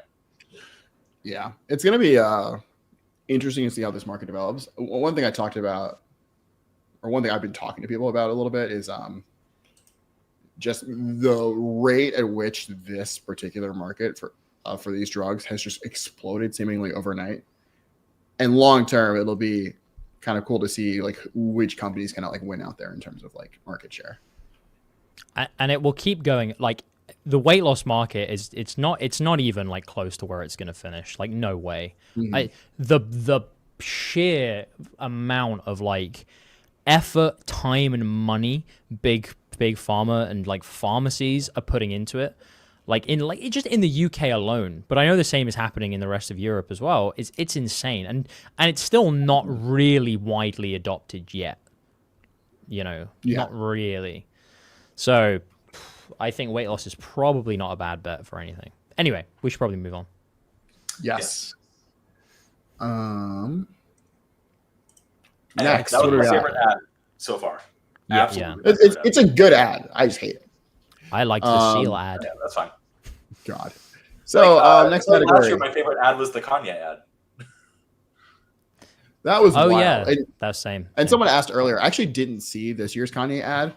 And the reason why is apparently that only ran in certain local markets because, well, I don't know why, but I would imagine it's because it was probably too late to actually purchase a slot in the Super Bowl. But one last year was ridiculously good for a number of reasons, to the point where I almost don't want to give Kanye credit for how good it was because it was not calculated. Different. Yeah. So this one is, just ads that are sentimental, moving, so emotional, they make you feel like a human again. Basically, they're just trying to make the case for their brand's importance on a deeply emotional level. And so I have three ads here. I want to watch all three, and then I guess let's get you guys' takes individually, so one by one. All right. I have them all queued up, so we're ready to go. Let's start with Google Pixel. Yeah. Yes, sir. Ooh. So at my last job, I was working across several different groups. You know what? Let me practice that one again. Okay. When you're ready, tell me about the job that taught you the most. Okay. Well, it was a role where I learned to take constructive criticism. I think she doesn't like it. Okay. I got pretty used to, working long hours with a small team. I got very comfortable multitasking, and I had to become really organized. Not bad, but try rephrasing your answer to sound more confident. Right. Okay. I was asked to make a lot of quick decisions and do a lot of negotiating. One more book. Talk about your experiences working with others. Oh, well, I'm at my best when I'm collaborating. If it's for the team, I'll do whatever it takes. This job description you shared mentions on-the-job training. Well, I am a fast learner. I don't always have all the answers, but I get the job done, no matter how long it takes. And I'm not afraid to admit when I'm wrong. But most importantly, I show up every day, no matter what. All right, last question. When it comes to work, what motivates you? I guess knowing that people can depend on me.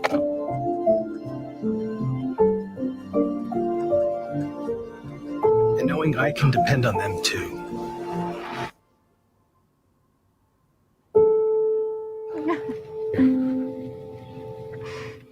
That's a great answer. Sounds like you're ready.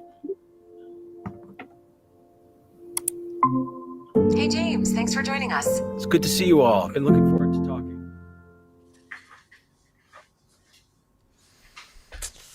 I knew I was going to start crying immediately.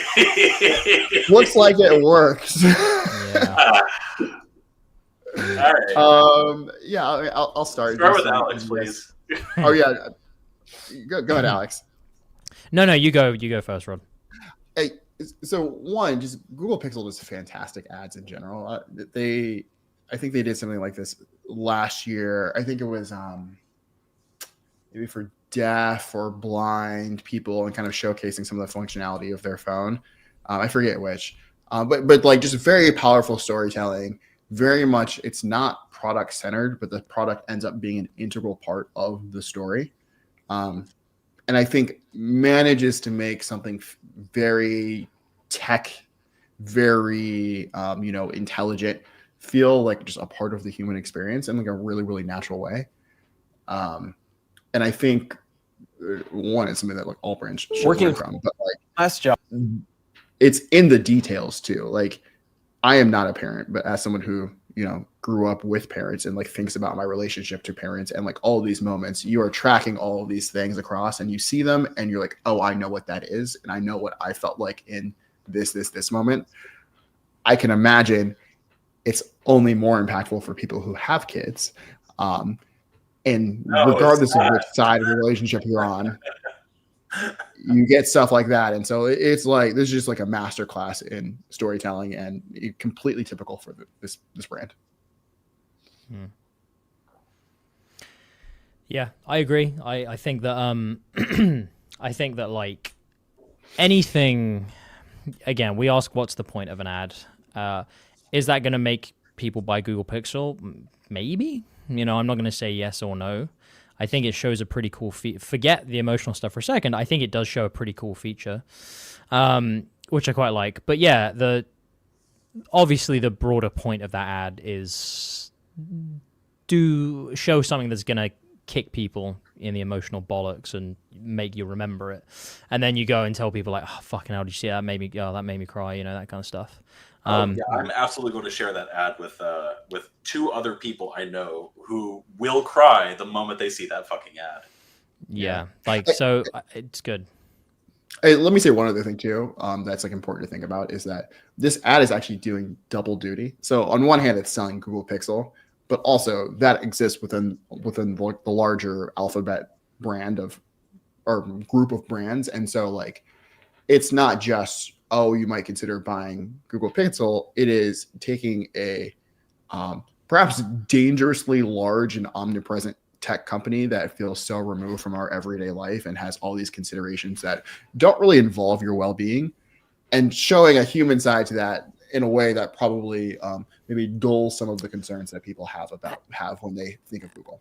And you know what? I think that's such a good point, because as you were saying that, I was just kind of analyzing like what do I actually think is a good ad from these Super Bowl ads and that, including last year's. And genuinely, I think it's the ones that make me just feel something authentic and genuine. That doesn't have to be sadness. It can be like genuine, like humor. Like if I find something quite funny, I'm like, okay, that was quite good. And immediately, or that was scary, or man, that was serious. Or like, as long as I actually think like, okay, wow, yeah, I actually felt something from that. It does make me feel more positively about the brand. It doesn't necessarily make me think, oh, that product's great or anything like that. But I now walk away from that going like, you know what? At least Google kind of understands that. And they have people in the company who actually know how to connect with me in that way. Or they have people in the company who know how to make me laugh. So I think that's actually a really, really good point. Yeah. But yeah, that was sad. I didn't like that. I think in the process of doing what you just described, Rod, it also did something more functional, which was demonstrate all of the different Google products. Mm-hmm. And not just stuff that you have to buy, like a Pixel, like the actual like Gemini and like all the other Google Meet, like Google Photos and stuff like Google Search. Meet. Yeah, Search. Like all that stuff is available like for free. Anybody can access it. And that everybody understands now a little bit better of like, oh, maybe I can use that for that. And yeah, so I think it's powerful for that. Ads like this always get me. Like, yeah, I anything related to like being a dad who's like dealing with it, man, gets me. I was like a stone cold bastard, and then I had kids, and now it's like every single time I see like an old AT&T ad that was just like, call your dad. I'm like, fuck, I want to cry again. Yeah. So that I think that's it. Like, again, obviously I'm not a father, but I've got like two little sisters, and just seeing shit like, the bit that kind of got me, I was like, oh fucking hell, was 2 bits in particular, Googling like, how do I tell a child about bullying, and like that's just like, that hits hard. And then just, putting the dog down is like, I was just like, I don't even want to keep watching it. I don't want to watch this anymore. But I'm like, it's invoking that not in a disrespectful way where I'm like, oh, there's a seal singing at me. It's like, oh God, this hits too hard, So yeah, make it stop. Like it. Yeah. Yeah. Let's move to the next one. Talk about it. Like, this is the opposite of the seal ad. Yeah. Yeah. Sorry for interrupting you, Brett. Yeah, what's No, next? you're fine. I was gonna say let's look at the next one, the Lay's ad. Now I kind of feel bad for putting this one second. But I would love to hear you guys' thoughts. All right, am I going to cry at this one too? No. All right. No, It's not about unless you're like the potatoes. ultimate pansy.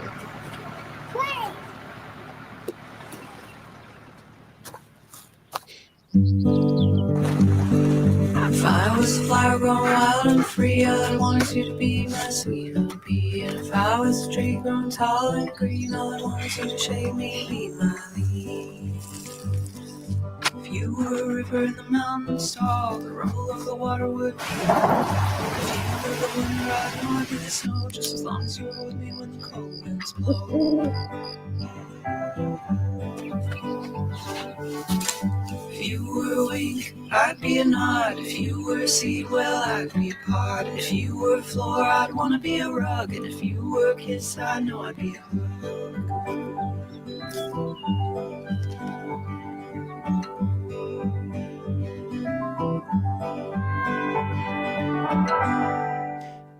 Did she bury a potato just to re-dig the potato out of the ground and put it back on the truck? Where do you think Just potatoes growing it. come from, Alex? But there was just one potato. Just leave the fucking potato on the truck.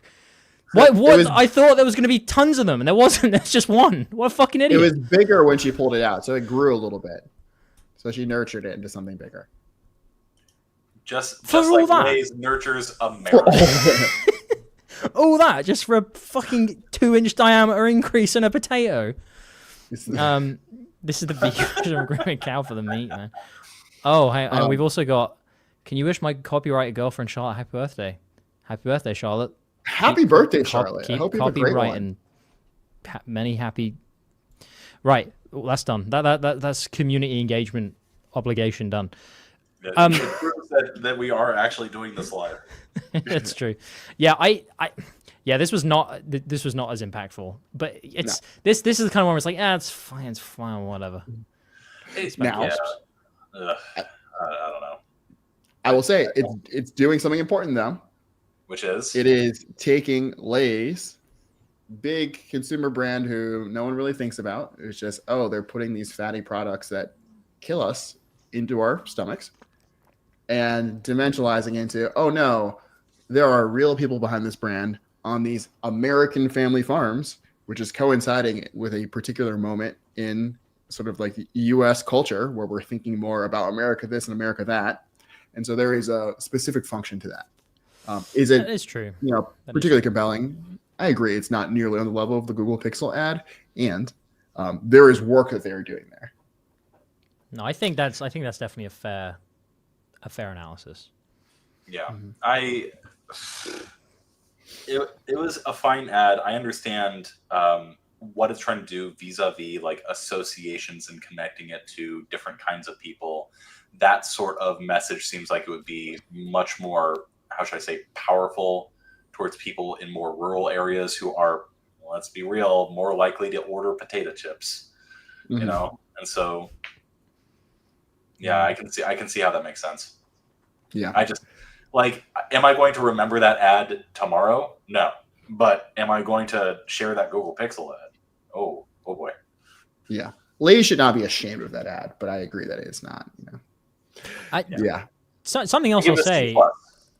Yeah, something else to say. Just going back to Google Pixel quickly. Like, I bought a Google Pixel at some point after we watched the Super Bowl last year, and I wasn't thinking about that. I actually saw another ad from Google that was like, that genuinely was like, it was a TV commercial, and I saw it, and I was like, yeah, that's a good point. And it was, they said, it was just a guy, and he was like, I use Google for my emails, for my calendar. He's like, why wouldn't I have a Google phone?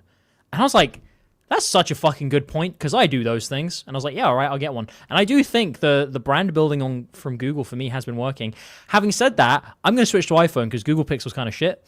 So, like, actually having the product has not helped the brand because it glitches so much. Fix your shit, Google. But well done for earning some money from me. I have a Galaxy. It's great. I used to have a Galaxy, but I'm going back to iPhone, I think. Yeah, I have a Galaxy. I have the very first generation Galaxy S25G, and I think it's time to upgrade. So What does Lindsey have? Are we all Androiders? I think she's an iPhone person.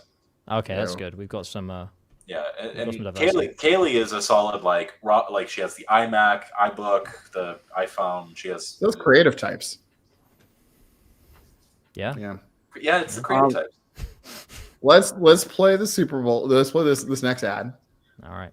I just want to comment on how like I think it is so funny that Alex is just like poo-pooing brand advertising this whole time, and that he just finally admitted that like I'm actually joking. Brand advertising totally worked on me. Brand advertising is shut up. I'm joking. Brand advertising is needed. I know it's needed. I just like razzling you. One day I'm going to move over to it. I'm going to cross the floor and get paid like multiple six figures for doing sweet FA. Let's continue. I'm joking. I mean, just do another ad for Hims and Hers, and you won't have to make much of a leap in terms of the kinds of copy you write. Yeah, it's true. There we go. Yeah. All right, let's do Snoop. I hate you because we're from different neighborhoods. I hate you because you look different. I hate you because I don't understand you. I hate you because people I know hate you. I hate you because I think you hate me. Because I need someone to blame. Because you talk different. Because you act different. Because you're just different.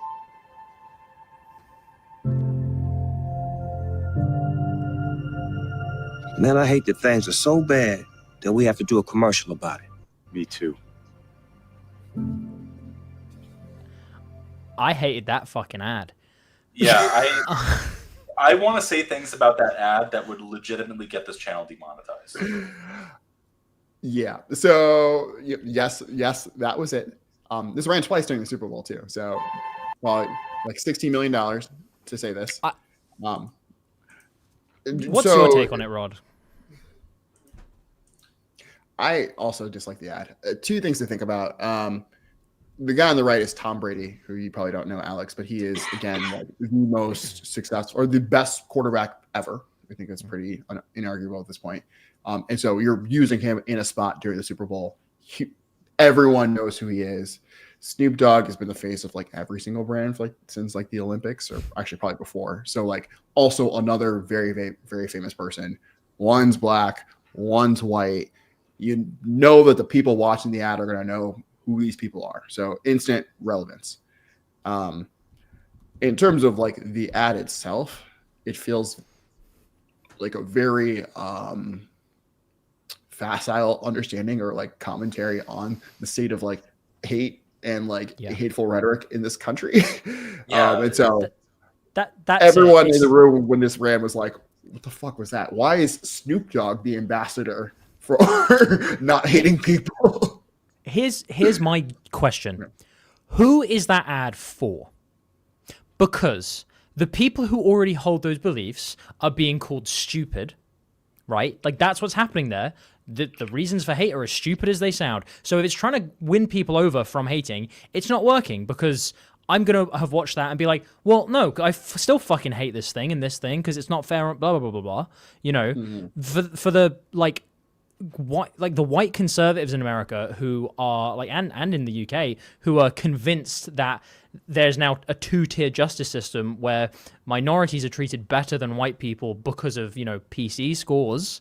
Like, is that going to win them round? No. And also, is this going to win round the people of color who experience, you know, like persecution and worse fucking things in the system?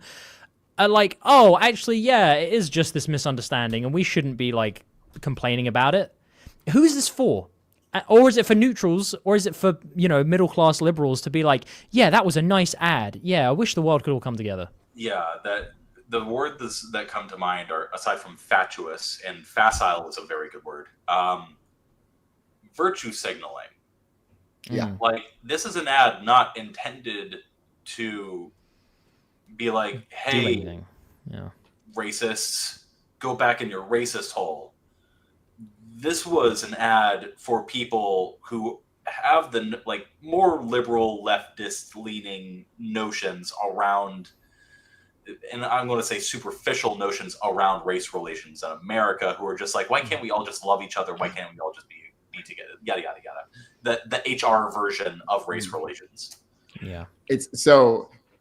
That's a really interesting thing for you to say, because my reading of this is that this is all actually like a Trojan horse ad, because the sort of framing of it is black person, white person, and so you read it as racism.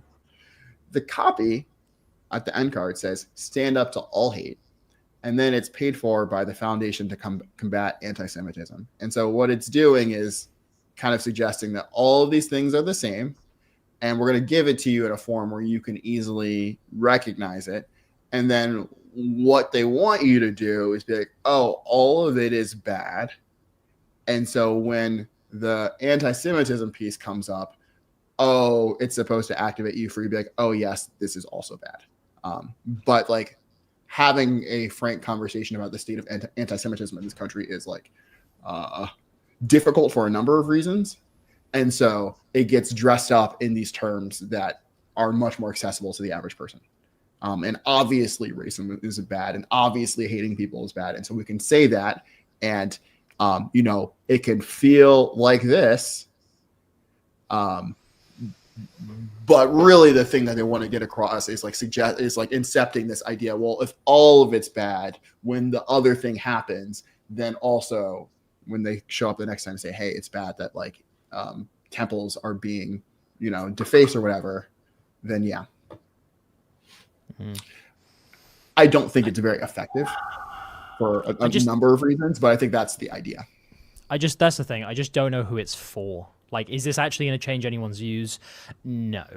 So what's the point in it existing? And I think a much better way, a more productive way to normalize, like, the diversity being a good thing and people of color being in wider society and everyone getting on, is just to show regular ass ads that introduce people from different walks of life doing things together and not bringing it up. I feel like an ad is not the place to address the very, very nuanced, layered issue of racism in a country. I don't think an ad is the right way to do that, aside from... Yeah. No, screw it. I do think it. I love this ad. This is my favorite now. I will say too that Paul is right. They actually do have other ads that they run at other times of the year that are much more compelling. And so this is a good example of like a brand feeling like, oh, it's the Super Bowl, so we have to elevate things. So we have to get these really famous people. And then doing that actually takes away from the brand message that they're trying to put out. And so there is this really delicate balance here of like, okay, let's do things to make this accessible. Let's do things to, make people pay attention, and saying the thing that we actually need to say for our brand goals. And the answer to this is probably yes. I assume we're keeping this on YouTube, or at least it will show back up in some edited version. On YouTube. This will stay on YouTube. This is a fun stream. Yeah, cool. If I actually shared what I truly thought about this ad and the people who put it out, I think that we would lose this YouTube channel. And you can't use those words, Sean. Stop. Yeah. Yeah, I'm just going to zip it because it is a fraught conversation. Fraught. It is very fraught. Eggshelly. Let's go. Move on. Yeah. So all of that to say that, this is a big category of ads, and some are much more effective than others. Yeah. So like that's why a lot of brands just try to do the funny, crazy, absurd thing, because nailing that is super difficult. And when you get it wrong, people end up very cynical about your work. I mean, God, we went from sadness to neutrality to hate in that category. So I like that one. Yeah. Okay, moving on. I assume Sean has turned off of his own volition and not because he's disconnected. I was officially canceled, and that's why everything. Oh, what? That's a magic trick. What the hell is this? What is that small creature? Holy shit! What the hell happened? There's like a whole baby. Yeah. Okay. Yeah. So this last category is definitely like when you think of like Super Bowl ads, this is what you think of. It's the rule of cool or the rule of funny. Yeah. Alternatively. Hang on. Oh, thanks. And basically, it's like if it's cool, it works. It doesn't like you don't need a crazy concept. You doesn't need to be super highfalutin or whatever. It's just so cool or so funny that like you're in. Obviously, like we saw with the Snoop Dogg ad, that is not always easy to pull off. And so like I think these ads we should give like extra praise to. Sean, would you open up the Totino's pizza roll ad first? Ooh, is this the one with Tim? Yes. Yes. Yes. Have you seen? Please tell me you've not seen this. Sorry, what? You've not been spoiled on this one? So I have seen this, but it's only because I religiously follow everything that the I Think You Should Leave guys do. So. Okay. This is the one where I was like, you will cackle at this, but okay. I have seen this and I have cackled at it. Great. Okay. For sharing your Totino's pizza rolls. No problem. We'll miss you, Jasmo. I'll miss you too. They're the most snackable pizza in the universe. Unfortunately, that's just a part of life. Rest in peace, Jasmo. We didn't know him as well as you, so it's not as sad for us. Not that we didn't want to. Just didn't open up around us. Yeah. Totino's Pizza Rolls, the most snackable pizza in the universe. That is good. That's good. I like that. There is like a 2-minute cut of that like goes through a longer story, which I highly recommend people watch. It's even funnier. But you know, there's not some high concept there. You know, the alien's going home, whatever. Alien dies just because it's funny, and then they kind of make fun of it. The next time I'm in America, I will buy some Totino's pizza rolls now. I Because have I'm like, some. oh, yeah, that was funny. Ship them Yeah. over. No, they're Please. mine. They're so delicious. Oh. They're the most snackable pizza in the universe. Like you can't have them. No, fair enough. But yeah, no, I like that. That was nice comedic relief, bit of fun. Made me happy. It was a drastic improvement over the ad that made me cry, and then the ad that basically got me canceled because I called out a little bit of hypocrisy. Just a wee bit. Anyway. Yeah. I mean, yeah, and it's like it's tough too because there's almost like not a ton to say. It just works and it's funny, and like I feel happy for having seen that. And so it's like, cool, thanks, Totino's. You did something that didn't suck. Yeah, and I unlike your pizza rolls. Yeah, and then like, and it just ends. The card is literally, here's the product. We're making like, is it really the most snackable pizza in the universe? I don't know. I also don't care because I'm giggling. Yeah, and how do you quantify most snackable? Like, that's clearly a claim that legal was just like, yeah, that's fine. Yeah, sure. All right, we're going on to Liquid Death, or do we have anything else to say about the Totino's pizza rolls? Liquid Death. Let's do it. All right. Rod, I just want to take a moment to express my appreciation that you put all of this together for us. Oh, One, yeah. like, I just expected to talk about a few funny ads and, like, to hear Alex rip on them and for you to be defensive, but, like, you went above and beyond. Way more than I Actually thought. make it an educational and informative experience for people. Yeah. And so, hats off to you, man. Yeah, I mean, I'll link. Maybe we could put in the description of this afterwards or something, just like a list of like Super Bowl ads. I know it's not complete, but there's like 60 something ads ran during the Super Bowl, and so there's so many that we don't have the time to talk about that are like worth looking at just so you can see all this stuff in context.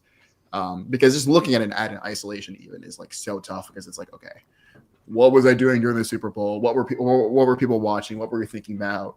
What was the vibe after Kendrick, did a victory lap on Drake in front of 130 million people and then called game over? Like,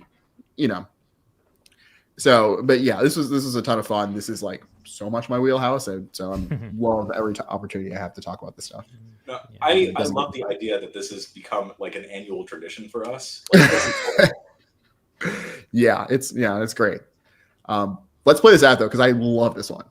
All right.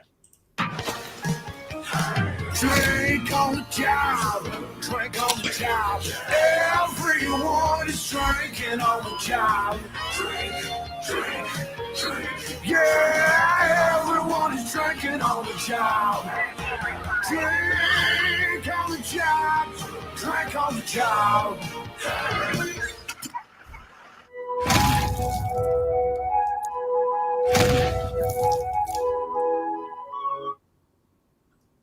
Hey. Hey, Hey. hey. Thanks, YouTube. That was a nice little ad. That was fine. It kind of gave me a bit of a chuckle, and like I think Liquid Death is absolutely like dialed into its image. Yeah. And so much so, and you guys will find this interesting because I don't know if you know this, but a few days ago, Liquid Death announced it's pulling out of the UK because they tried the exact same thing in the UK, and like they obviously made sales, but it's just not sustainable. They did not make as big a splash as they thought they were going to because they just used basically the exact same strategy. Yeah. They just used exactly the same strategies they did in America, but in the UK, people are like, well, you know, we just want water, like just water's fine. Like I don't know what this is. It's just kind of we're not as excitable, not as kind of like, you know, optimistic and positive about things. So we're just kind of like, oh, just water, just get the Evian or whatever. So I think they have really nailed their brand image, so much so that leads to success, but also failure. But I think that's a good thing because it seems to be working. Polarizing. Yeah. Go ahead, Sean. No, I was just saying, like, they're polarizing, which is good. Yeah. Yeah. After you. I wonder about it, the ad too, because I know I did a similar thing to you, Alex, where I just kind of chuckled at it. I was like, oh, that's cute. But I also think, like, I wonder about how many people do not know what Liquid Death is and just saw, like, people chugging beer cans in incredibly inappropriate situations. Yeah. And then are like, what? Why is this brand saying that our pilots, especially at a time at which all these planes are crashing, which is more so coincidence. I'm sure this was made a long time ago. But like, our pilots and school bus drivers and cops and surgeons are drinking on the job. What? And then you kind of have the reveal at the end that just water is like. I'm sure that was way more delightful for those people than it was for people who are already familiar with the brand. And I can see why that would not be effective in the UK because they are perfectly comfortable with drinking on the job. So yeah, it's required. It's law. It's law. Yeah. Yeah. But also pointing out sometimes people just forget about brand or forget that it's just water, and so it's a good reminder of what we're here for. I think, and the interesting thing is. Last thing. Shoot. Also, they did a really cool job of like showcasing some of their like brand identity in really subtle ways. And so there are a number of shots where you can specifically see the name of the different flavors. And so like one is like Cherry Obituary, another one's Dead Billionaire. And there were definitely moments where I saw it the first time where I was like, wait, what? And or just like laughing at the name of something in the spot and not even like the direction of the spot itself. Yeah, I think like the other thing is it's a good kind of example of selling or appealing to people without actually seemingly showing any kind of USP, like a real USP. Because the only thing there was like death to plastic at the end, so you can kind of infer like, oh, well, this is for people who care about the environment, but no one's going to pick that up on that really. It's literally just selling on the brand. The fact that, oh, that's quite different, water from a can, So. And it's working. I would be interested to know what kind of people buy Liquid Death, because to me, and this is definitely why it failed in the UK, because this is where my mind naturally goes to, is like, I feel like the only reason you would buy Liquid Death is to be quirky and to show that you're different. Because like unless it's because it's in a can and you want to save the environment. Outside of that, like that, why? Is it better for you in any way? As a connoisseur of sparkling waters, I will say that Liquid Death's flavors are just better than a lot of the stuff that I've had. Yeah. There's I've tried all the different San Pellegrinos, I've tried all the different Perriers and flavored stuff, and when it comes down to flavoring, like Liquid Death just tastes like certain sparkling waters just taste like they've been flavored with syrup, which is gross. Yeah. And then there's other stuff where it's just like. It's almost like a metallic addition, like an essence of something. Waterloo, some Waterloo flavors are like that, but like Waterloo watermelon is actually really, really good. Anyway, Liquid Death sparkling water, the flavor is actually good, and so like I was sold on it because my lawyer brother in Portland, he had like a huge case of it, and so. I was like, oh, I'm going to go for a sparkling water. And like cans just feel cooler when you pull them out of a fridge and you take a sip, and it's like more satisfying than like drinking out of a plastic Perrier bottle.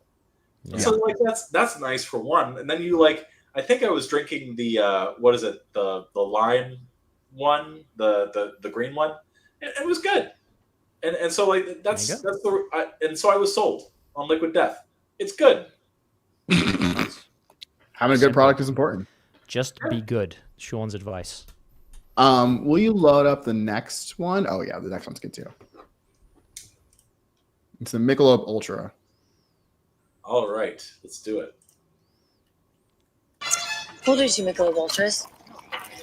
Excuse me, would you consider playing us? For the Ultras. Oh, we're kind of at a high level. Fascinating. You guys sure you want this? Please serve.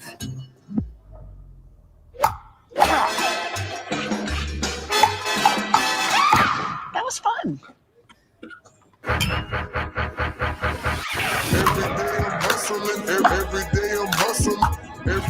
Play for those ultras. They got Ultras. Whip it real hard. Whip it real hard. You know we're professional athletes, right? What sport? Every day I'm hustling. I smell Ultra.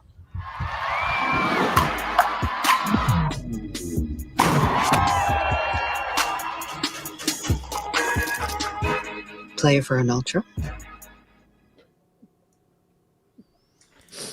All right, I have a quick question. Yeah. And I want to see if you guys picked this up too. Who is the name of the older actress? I don't know, but she's from Schitt's Creek. She's very famous. Right. She's very famous. Catherine O'Hara. Were Catherine O'Hara and Willem Dafoe ever filmed together? This looks green screened. This looks composited. If you look at some of this stuff, it looks composited. Like it was filmed at different times. And then when you get into like this stuff, where it was obviously green screened, like they're not even interacting with each other. Like that's a stunt double. Like that you could see the sort of like the halo. Like I don't even know if they were in the same room together when they filmed this ad. What about the shot where they have the binoculars, where they're looking down at the people? I think it's like towards the middle. It's after that part. Yeah, maybe they were. I mean, but I wouldn't be surprised. Like that's a pretty common thing where people's availability is like limited. Yes, he was the Green Goblin. Yeah. You don't even know, that might not even have been them. Yeah, that's funny. I don't. What? Who's again? Anyway. Who's the ad for? Like, is that for old people? No, it's for Michelob Ultra. Jesus. But is the beer aimed at old people? Well, it depends how annoying they're being, I suppose. I think it's just a fun thing. Right. These are like two very famous people. So Liquid Death is good. Yeah. Tagline. No, but like so the beer itself, does it in America, does it have the reputation of being, oh, that's the beer that old people drink? No. Both these people are like top of mind celebrities for, not top of mind, they're probably like B-ish tier celebrities even for young people. And so, those old people we know are whooping these young people's asses for beer is like a funny execution, even if you don't relate to being an old person whooping people's asses for beer. That's fair. Beer advertising is crazy. Like, who buys a beer based on an ad? Like, people do, they must do, but like, why? Fair enough. Who are these people? But then in America, Americans buy beers for home quite a lot. You buy a lot of bottled beer and fridge. That's a very good point. Yeah, that's a very good point. Yeah, we so don't you have to make that decision. Yeah. Okay. Fair enough. Yeah, I would imagine that the consumer beer market is like much larger than like wholesale for bars or pubs or whatever. If I was not currently limited, I could find that answer for you very quickly. I have to. Yeah, I mean, yeah. That one's just cool. What's the next one? Next one is, Bud Light. This was maybe my favorite commercial. You want to go fishing? Really? I don't know. I think about these other ones. Like there are a lot of other good ones, but this one was very, very good ones. That's Shane Gillis, who's hilarious but also very fraught. And then who's this person again? Post Malone. Post Malone. No. Yeah, it's Post Malone. That's Post Malone. I'm pretty sure. Rod. Yes, Post Malone. Okay. I'm very curious to know what you enjoyed about this ad so far. You want to go fishing tomorrow? I got a colonoscopy tomorrow. Fellas, I accidentally threw a lame party. Okay, Ted. They're on their way. They're here. You call this a party? Cul-de-sac party. Launch. These beers are a metaphor for an invitation. Is that our leaf blower? Party at the sack. You are cordially invited to the end of the cul-de-sac. This is incredible. Your mower smokes meat? Oh, a smoker cuts grass. Hell yeah. I spend most of my money on this. New rig? Fully custom. How many Bud Lights can you fit in that puppy? As many Bud Lights as it takes. It's a lot of Bud Lights. It's a cul-de-sac. Pop. Bill, get off the boat. The HOA's already breathing down my neck. All right, Rod, you have some explaining to do. Okay, look. This is like so coming out of the Super Bowl. Like I was at a party, I was watching the ad, I was watching the game. This was like the one ad that made me like, outside the Tostinos one, that made me like cackle in the moment, because it's so ridiculous. It feels like a classic Super Bowl ad. And for those of you who are not like big Super Bowl watchers, that might sound vague, but like there's definitely like a milieu of like famous Super Bowl ads that are just like very bro-y, very whatever, and like in a way it felt simultaneously nostalgic and fresh. I think the dialogue is very funny between the characters. Not even funny, but it's just like it's very laid back, very casual, and like surprising at points. Like, oh yeah, I have a colonoscopy. It's not highbrow. The concept is whatever.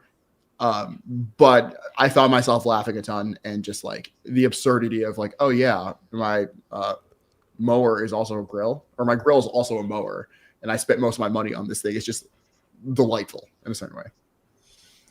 I feel like I'm the target demo for this. Like, these guys are my age, for one. Yeah. Like, elder millennial. I also live on a cul-de-sac now. like this ad is like speaking to me. Here's an interesting thing. The last time, like few times I've had like my guy friends and I have all gone out to a place to have a specifically guy related time. Yes, there was butt sex involved. We're not going to get into that.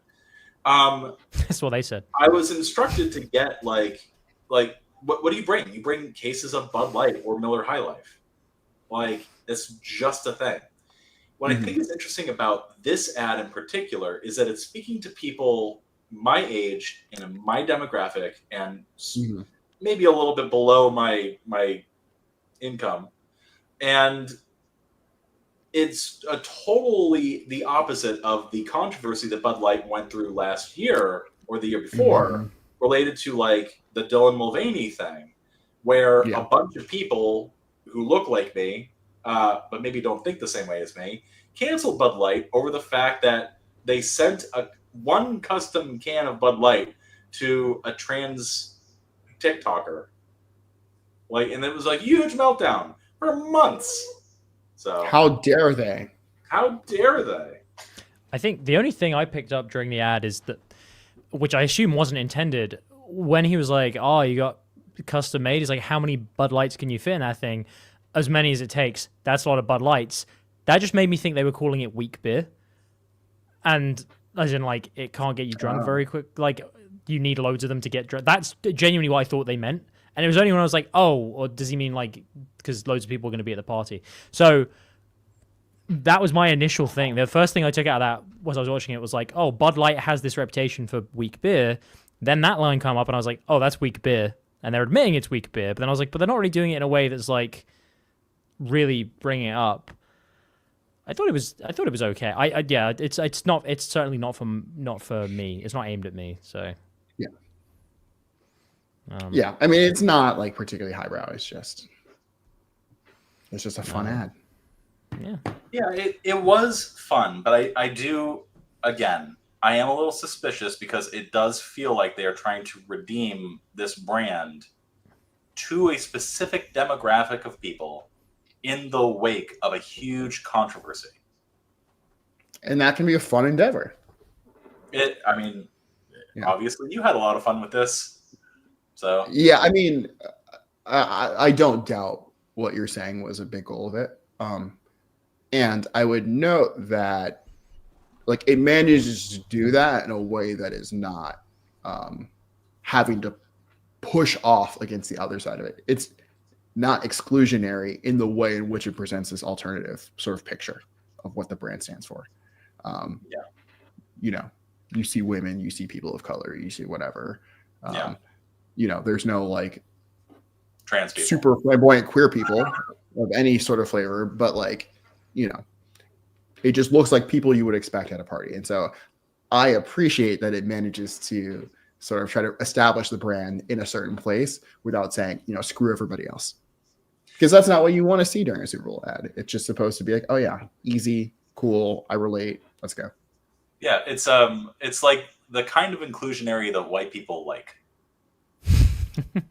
Yeah, I would also say that probably a lot of people like that kind of inclusionary. I think if you don't feel seen, you really like the sort of inclusion that specifically calls out your stuff.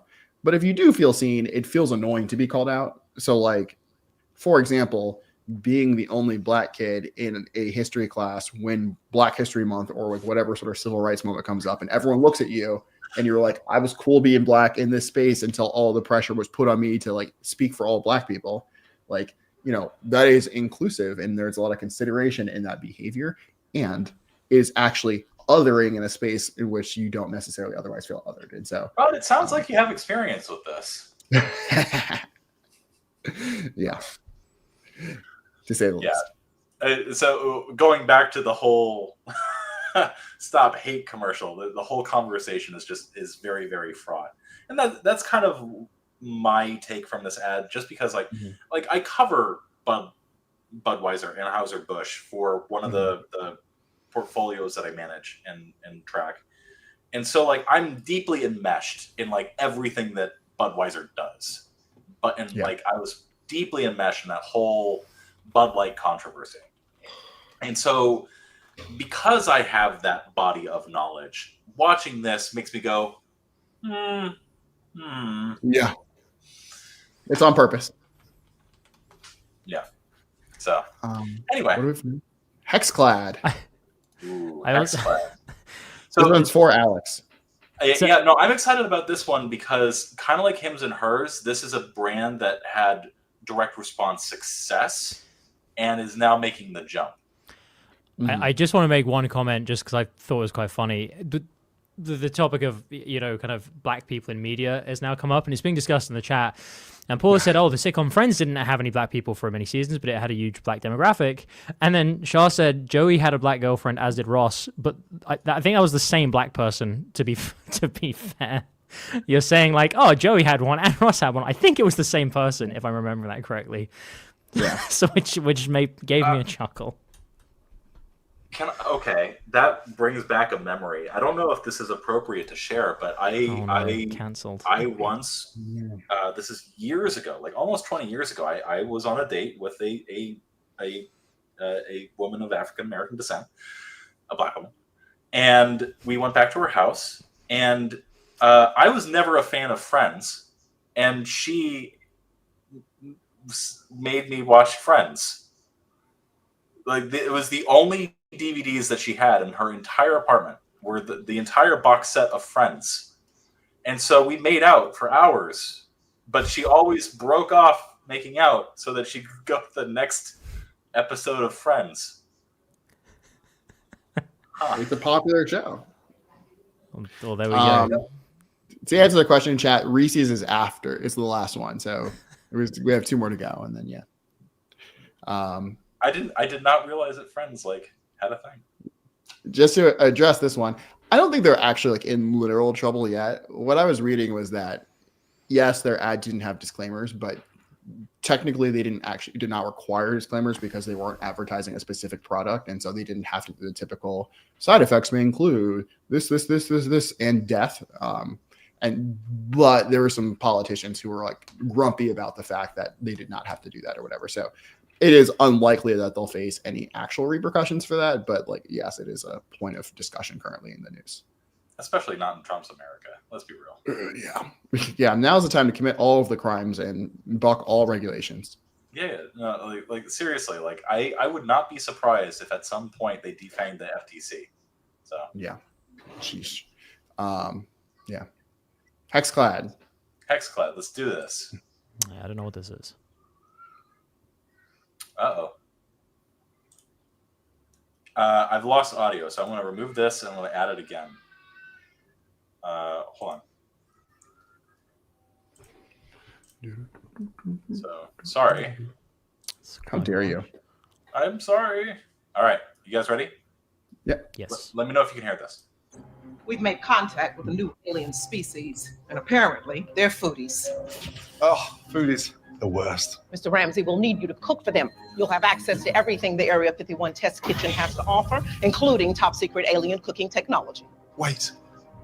That's just a Hexclad pan. I've got these at home. Unfortunately, it was leaked 8 years ago. The pan was developed using material from an alien spacecraft.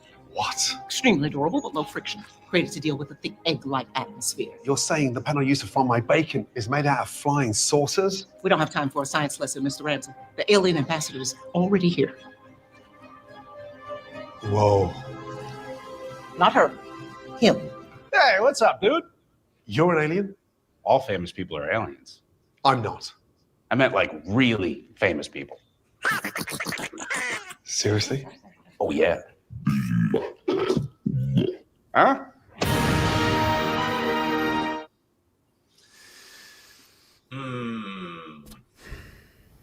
All right. All right. I actually like the idea of using Gordon Ramsay, arguably one of the most famous chefs in the world. Probably the most famous. Yeah. And the idea of like this cookware being like so good it's alien technology. I quite like that idea. I think the execution of it was strung out and forced funny and really very natural. And like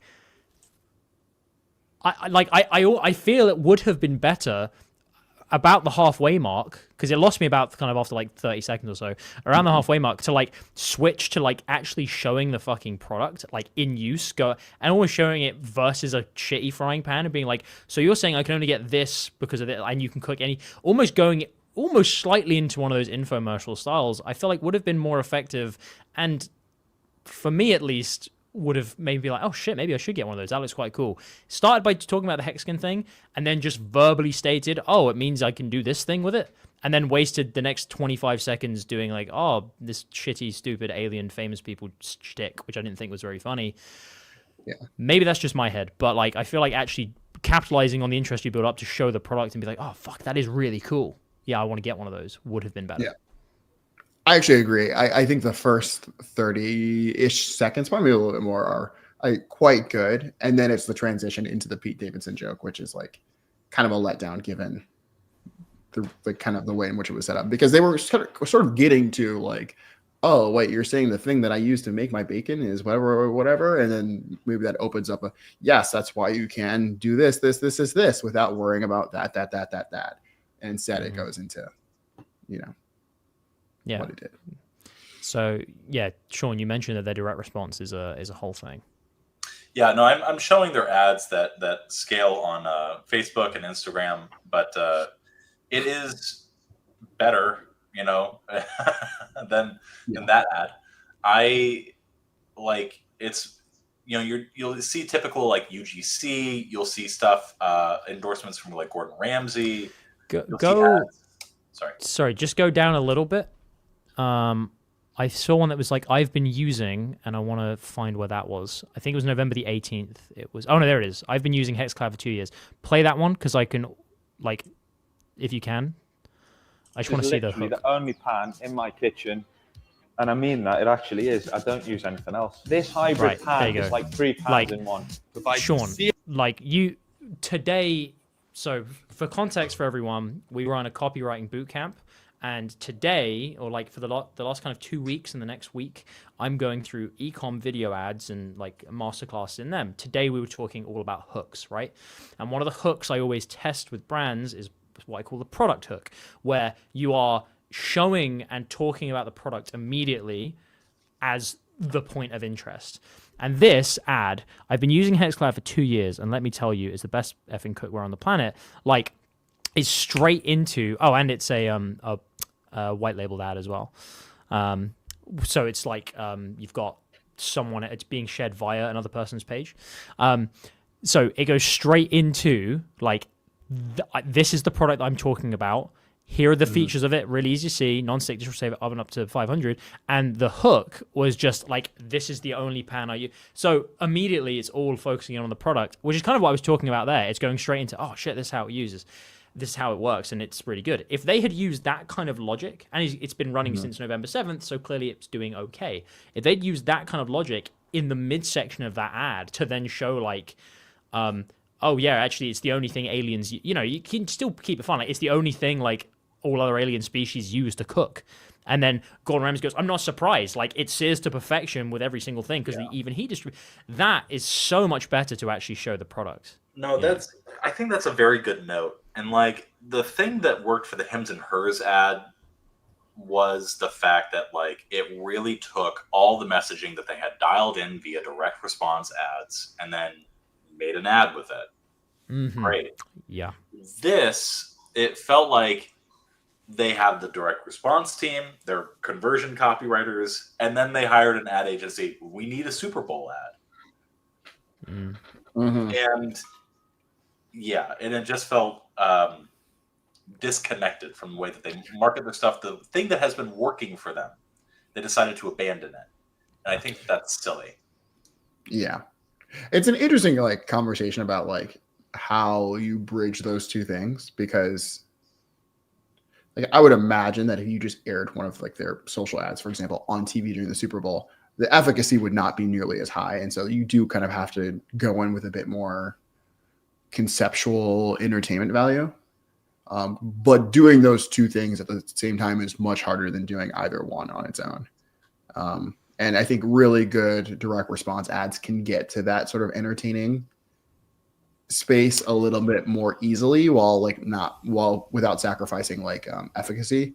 However, I think the way that a lot of people come at these campaigns is starting with the concept first and then dialing down into, okay, then what does it look like? And then it's like, okay, now how do we like put the CTA or put like the sort of the persuasive elements into it? But since you're not starting with it, then it's like, okay, we're trying to like shove it in without sacrificing the quality of like the entertainment. And I think that's just a harder needle to thread than starting with like, okay, well, what's the message we're trying to do first, the persuasive message, and then what is the creative concept that then accommodates that? Yeah, it's interesting. I think like I'm trying to remember the actual brand it is now, and I'm annoyed. What's it called? It is Happy Viking. Okay, yeah. So there's a brand called Happy Viking, and they do obviously mainly direct response stuff, but like they got Venus Williams as the kind of face of their brand, and like they're using just regular old direct response copy, and then they got Venus Williams in. That's it. Viking Superfoods to basically just boost every single thing they were doing with direct response anyway. And I definitely think, like, as to kind of what you said, Rod, like as soon as if you've got a good base of direct response principles of like, oh, it's actually going to be interesting, it's going to show the benefits, it's going to make people understand why they're going to have a better life because of it, and you just use a celebrity as the way to grab attention, it just acts as a multiplier. Like it's only ever bad with a celebrity if that then distracts from the stuff that worked normally. And I think Happy Viking are a great example of a brand that have done this well. Because so many of that one, if you go right to the bottom, I think there'll be one where it's like, it's been running for a while where Venus Williams is like, hi, like I'm Venus Williams, and like da da da da. Whether I can't remember if it was a Facebook or if it was TikTok, I can't remember. But there's one that's been working for a long time where it's like, I'm Venus Williams, like, and this is the only protein powder that I will ever use, like, and like that just multiplies how effective it is. Anyway. Hey, do you want to know my secret to a perfect breakfast? There you go. Stuff like Venus Williams created a game-changing product. The first time the Happy Biking slid, which again, from the original brand, isn't actually true. They've now like retconned it to be, oh, like this is the Venus Williams thing, but yeah, that's neither here nor there. Yeah. Yeah, I agree with all these points. Let's do the Reese's one because I have to run in a second. But okay, the Reese's one is very funny. Ever since Reese's came out with their new chocolate lava big cup with a delicious layer of chocolate lava, people visiting the lava flows have been pretty confused. That stuff looks delicious. I want to eat lava. It looks so good. Just a little taste. Don't eat lava. Eat chocolate lava. Get in my mouth, lava. Don't eat lava. Eat ooey gooey chocolate lava. It's lava time, baby! Don't eat lava. Eat new Reese's chocolate lava big cups. All right. Sean? After you. I'm too English is the problem for a lot of these ads. Because I don't get the humor in a lot of these ads because it's too bombastic. Like the Totino's one was like bombastic, but in the kind of nonchalant, like, oh shit, this big thing happened, but everyone's playing it off like it's nothing. That's funny because you've got the contrast there. Yeah, it's dry. And it's dry, which is very much how I was brought up. Like this to me is too kind of like American Office, like everyone's shouting, this big thing's happening, it's crazy, this big, and it just isn't for me personally. So like that's why I'm not entertained by ads like this one. Well, I mean, and also to be fair, do you think the Reese's chocolate lava big cups would do well in England in the first place? Likely not. Brits have no taste. Reese? No, I had Reese's. Reese's were nice. Reese's were nice. Okay, Alex, how many times in the last week have you eaten something that was just boiled? No, I don't like boiled stuff, to be fair. And I'm rich now, so I go out to eat every day. So great. I have multicultural restaurants I can go and visit. There you go. Yeah. Nice. Anyway. Yeah, replacing the DEI initiatives with eating out. Yep. Sorry. Carry on. I don't hate this ad, but also it reminds me of the kinds of ads that I would see between Saturday morning cartoons when I was a child. So it was reminiscent of that. And I respect Reese's. They've really tried to like expand their product lines in the last few years to all these different types of big cups. There's a big cup with potato chips in it. There's a big cup with other tiny mini Reese's peanut butter cups inside of it. It's the crazy. caramel one's quite good. Yeah. And so I can understand the success that they've had launching and testing all these new flavors and then being like, okay, every time we do this, it makes us a lot of money. So the next time we do it, let's put out an ad in the Super Bowl and make a really big splash about it. Mm-hmm. So I can understand the logic behind an ad like this. That's the thing. And also, does it like, make you want it? Well, we have to take a step back and consider for a moment. Reese's Big Cups are an inherently unserious brand. There is nothing serious. There is nothing with gravitas. There is nothing that would justify dry humor in a Reese's Big Cup ad. And that's the thing. Like that's why justifies purchasing Reese's just period. And that's that's why I'm saying. That's why I'm saying it's not a bad ad because like that's why I said ultimately it doesn't make you want to buy it and it's like well yeah like. When I started watching it and it has the bit where it's like showing the layers of it and I was like, oh fuck, I kind of want that. So it doesn't really matter if I find the ad funny. I know I said, oh, it's just not for me, it's not humor, but ultimately it's showing me a new product that looks kind of nice. The product sells itself. So just get that in front of me and I'll be like, oh shit, I kind of want to pick one of those up. So yeah. Well, the next time you're in America, I will load you up with more American snacks you can only get here. Whenever I go to Japan, I actually always bring a whole bunch of American snacks that they can't get there, and vice versa. So yeah. I'll bring some British sweets next time for you guys. Sure. Yeah, bring some fucking Turkish delight or some shit. No. Anyway, let's carry on. Or are we done? Yeah, I mean, so that's basically it. If we want to have a quick conversation, do you, like, at a high level, who do you guys think got $8+ million of bang for their $8+ million of bucks, and all who did not? Hims and hers, they're gonna make a ton of fucking money. Like, they're gonna make so much money. Like, it's just stupid how much money they're gonna make. It's actually stupid. Yeah.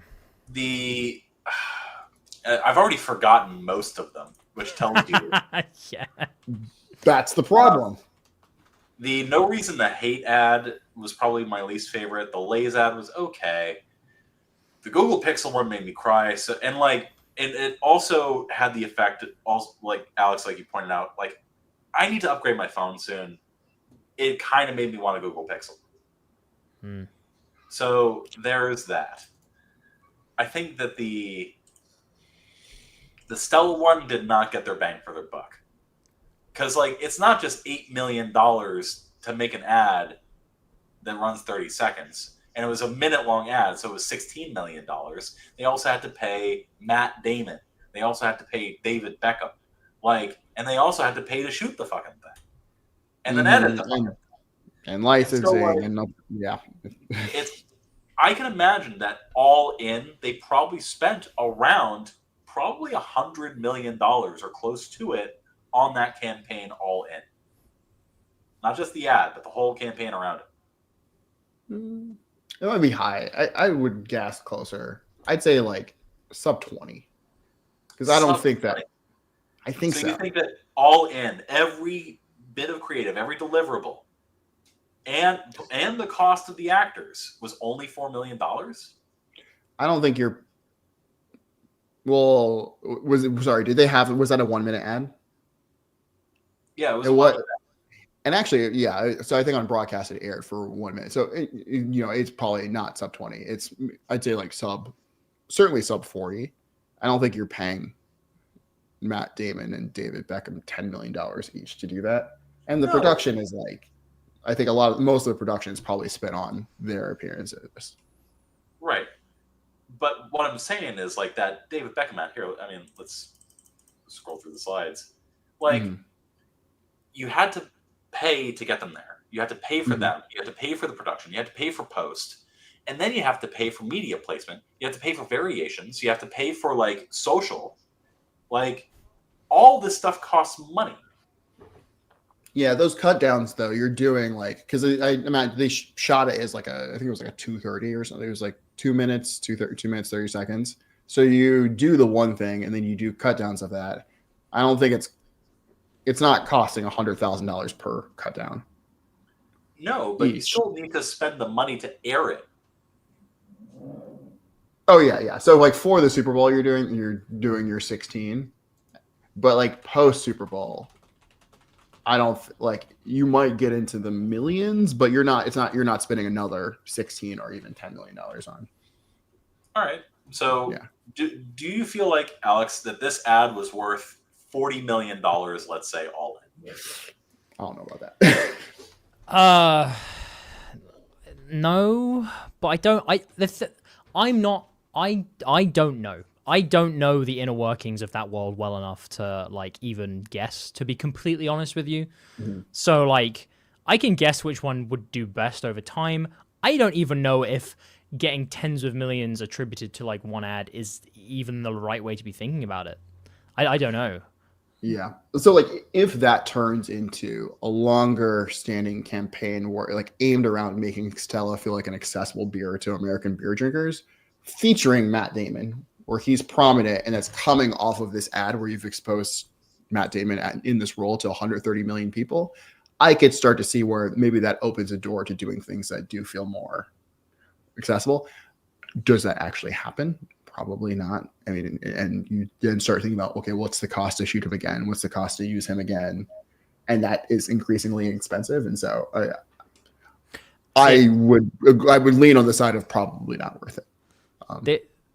This here would be my vote for which one got the most bang for the buck. I feel like T-Mobile, in my opinion, probably got the best bang for their buck because I feel like it's the biggest change. It's the thing that feels most important to individuals to be like, oh shit, like that could be really useful because I do go around a lot, or that would be cool, or I'm so sick of not having service. Let's go and have a look at that, because it also feels like you're part of it because it's happening right now. So that would be my guess. Outside of because I don't really know about like the big brand world of, well, how much is an ad placement worth to those people? But I think campaign for campaign, this probably got more people to move than anything else we've seen. Would be my guess. Yeah. In terms of like inspiring action, I think that's up there for sure. I think the top one for me would be the top one that's not Hims or Hers is probably like Google Pixel in terms of like overall brand value. Just because it's working on so many different levels across so many different products, really pushing against a perception that people have of that brand that's negative. Yeah. In terms of like phone sales, how much does that drive? Probably not nearly enough to like recoup costs, but like in the long run, I think that like it is going to be very beneficial for them to keep pushing on like that type of ad. Yeah. I think that people are going to be studying that Google Pixel ad for a very long time. Yeah. Even the one last year was like so good. Like I still remember this that. one might be better because it's like a wider audience. It's like in terms of people who deal with this versus with like whichever it was last year. But you know, they were this is not a new thing for them. Yeah. Nice. I will say, if we're talking pure bang for buck, probably the T-Mobile ad, maybe the Google Pixel ad. I track this company.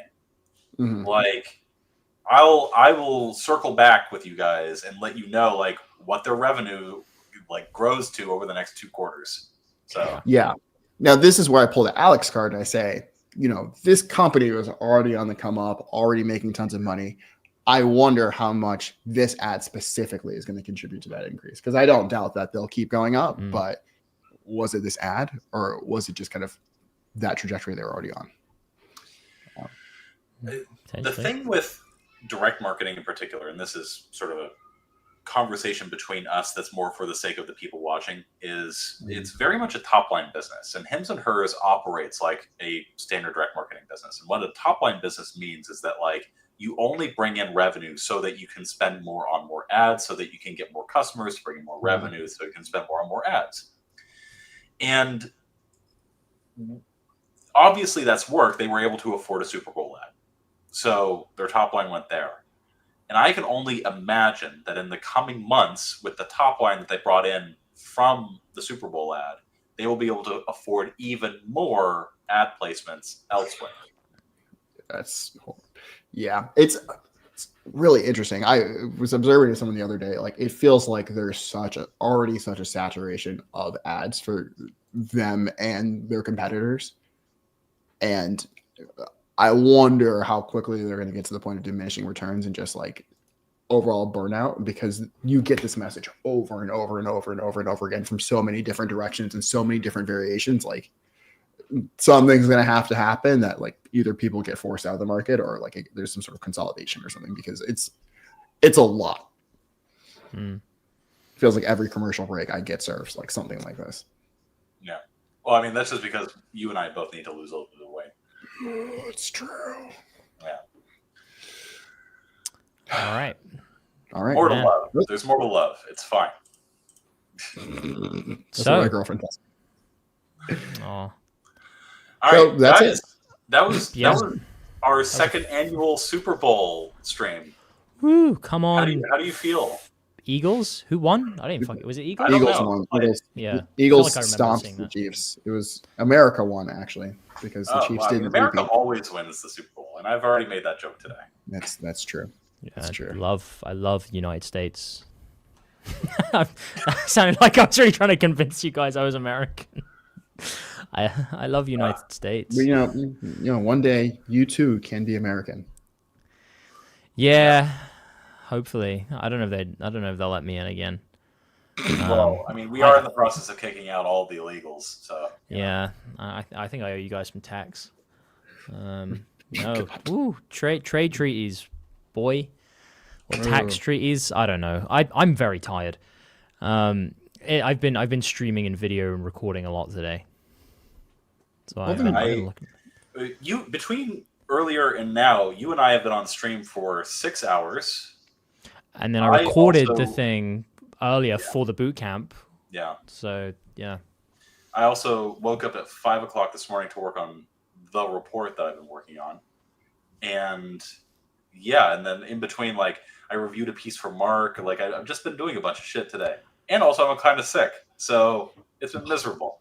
I've had 8 hours. A third of my full day has been on calls. That's crazy. I mean, it's still not even the worst I've ever had. I've had like 10 hours, on calls, but that's why I'm so like my brain is a lot more drained than usual. Yeah. No, I'm right there with you. I still have more writing to do, but Rod, you get to go to work.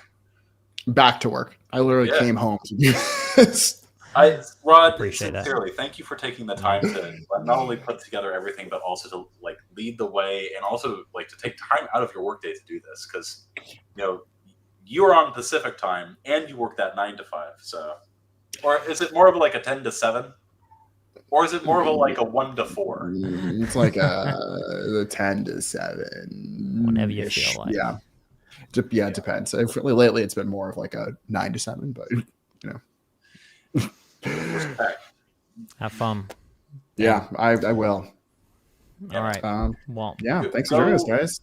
Tell all of your indirect response friends at your office space that everything that you do is mostly pointless unless it drives the sale. So I will absolutely do that. A couple of cynical assholes just tore apart their entire profession for nothing but a cheap laugh. I mean, I could just say I was joined by a Brit and they would get it. And to entertain 23 people.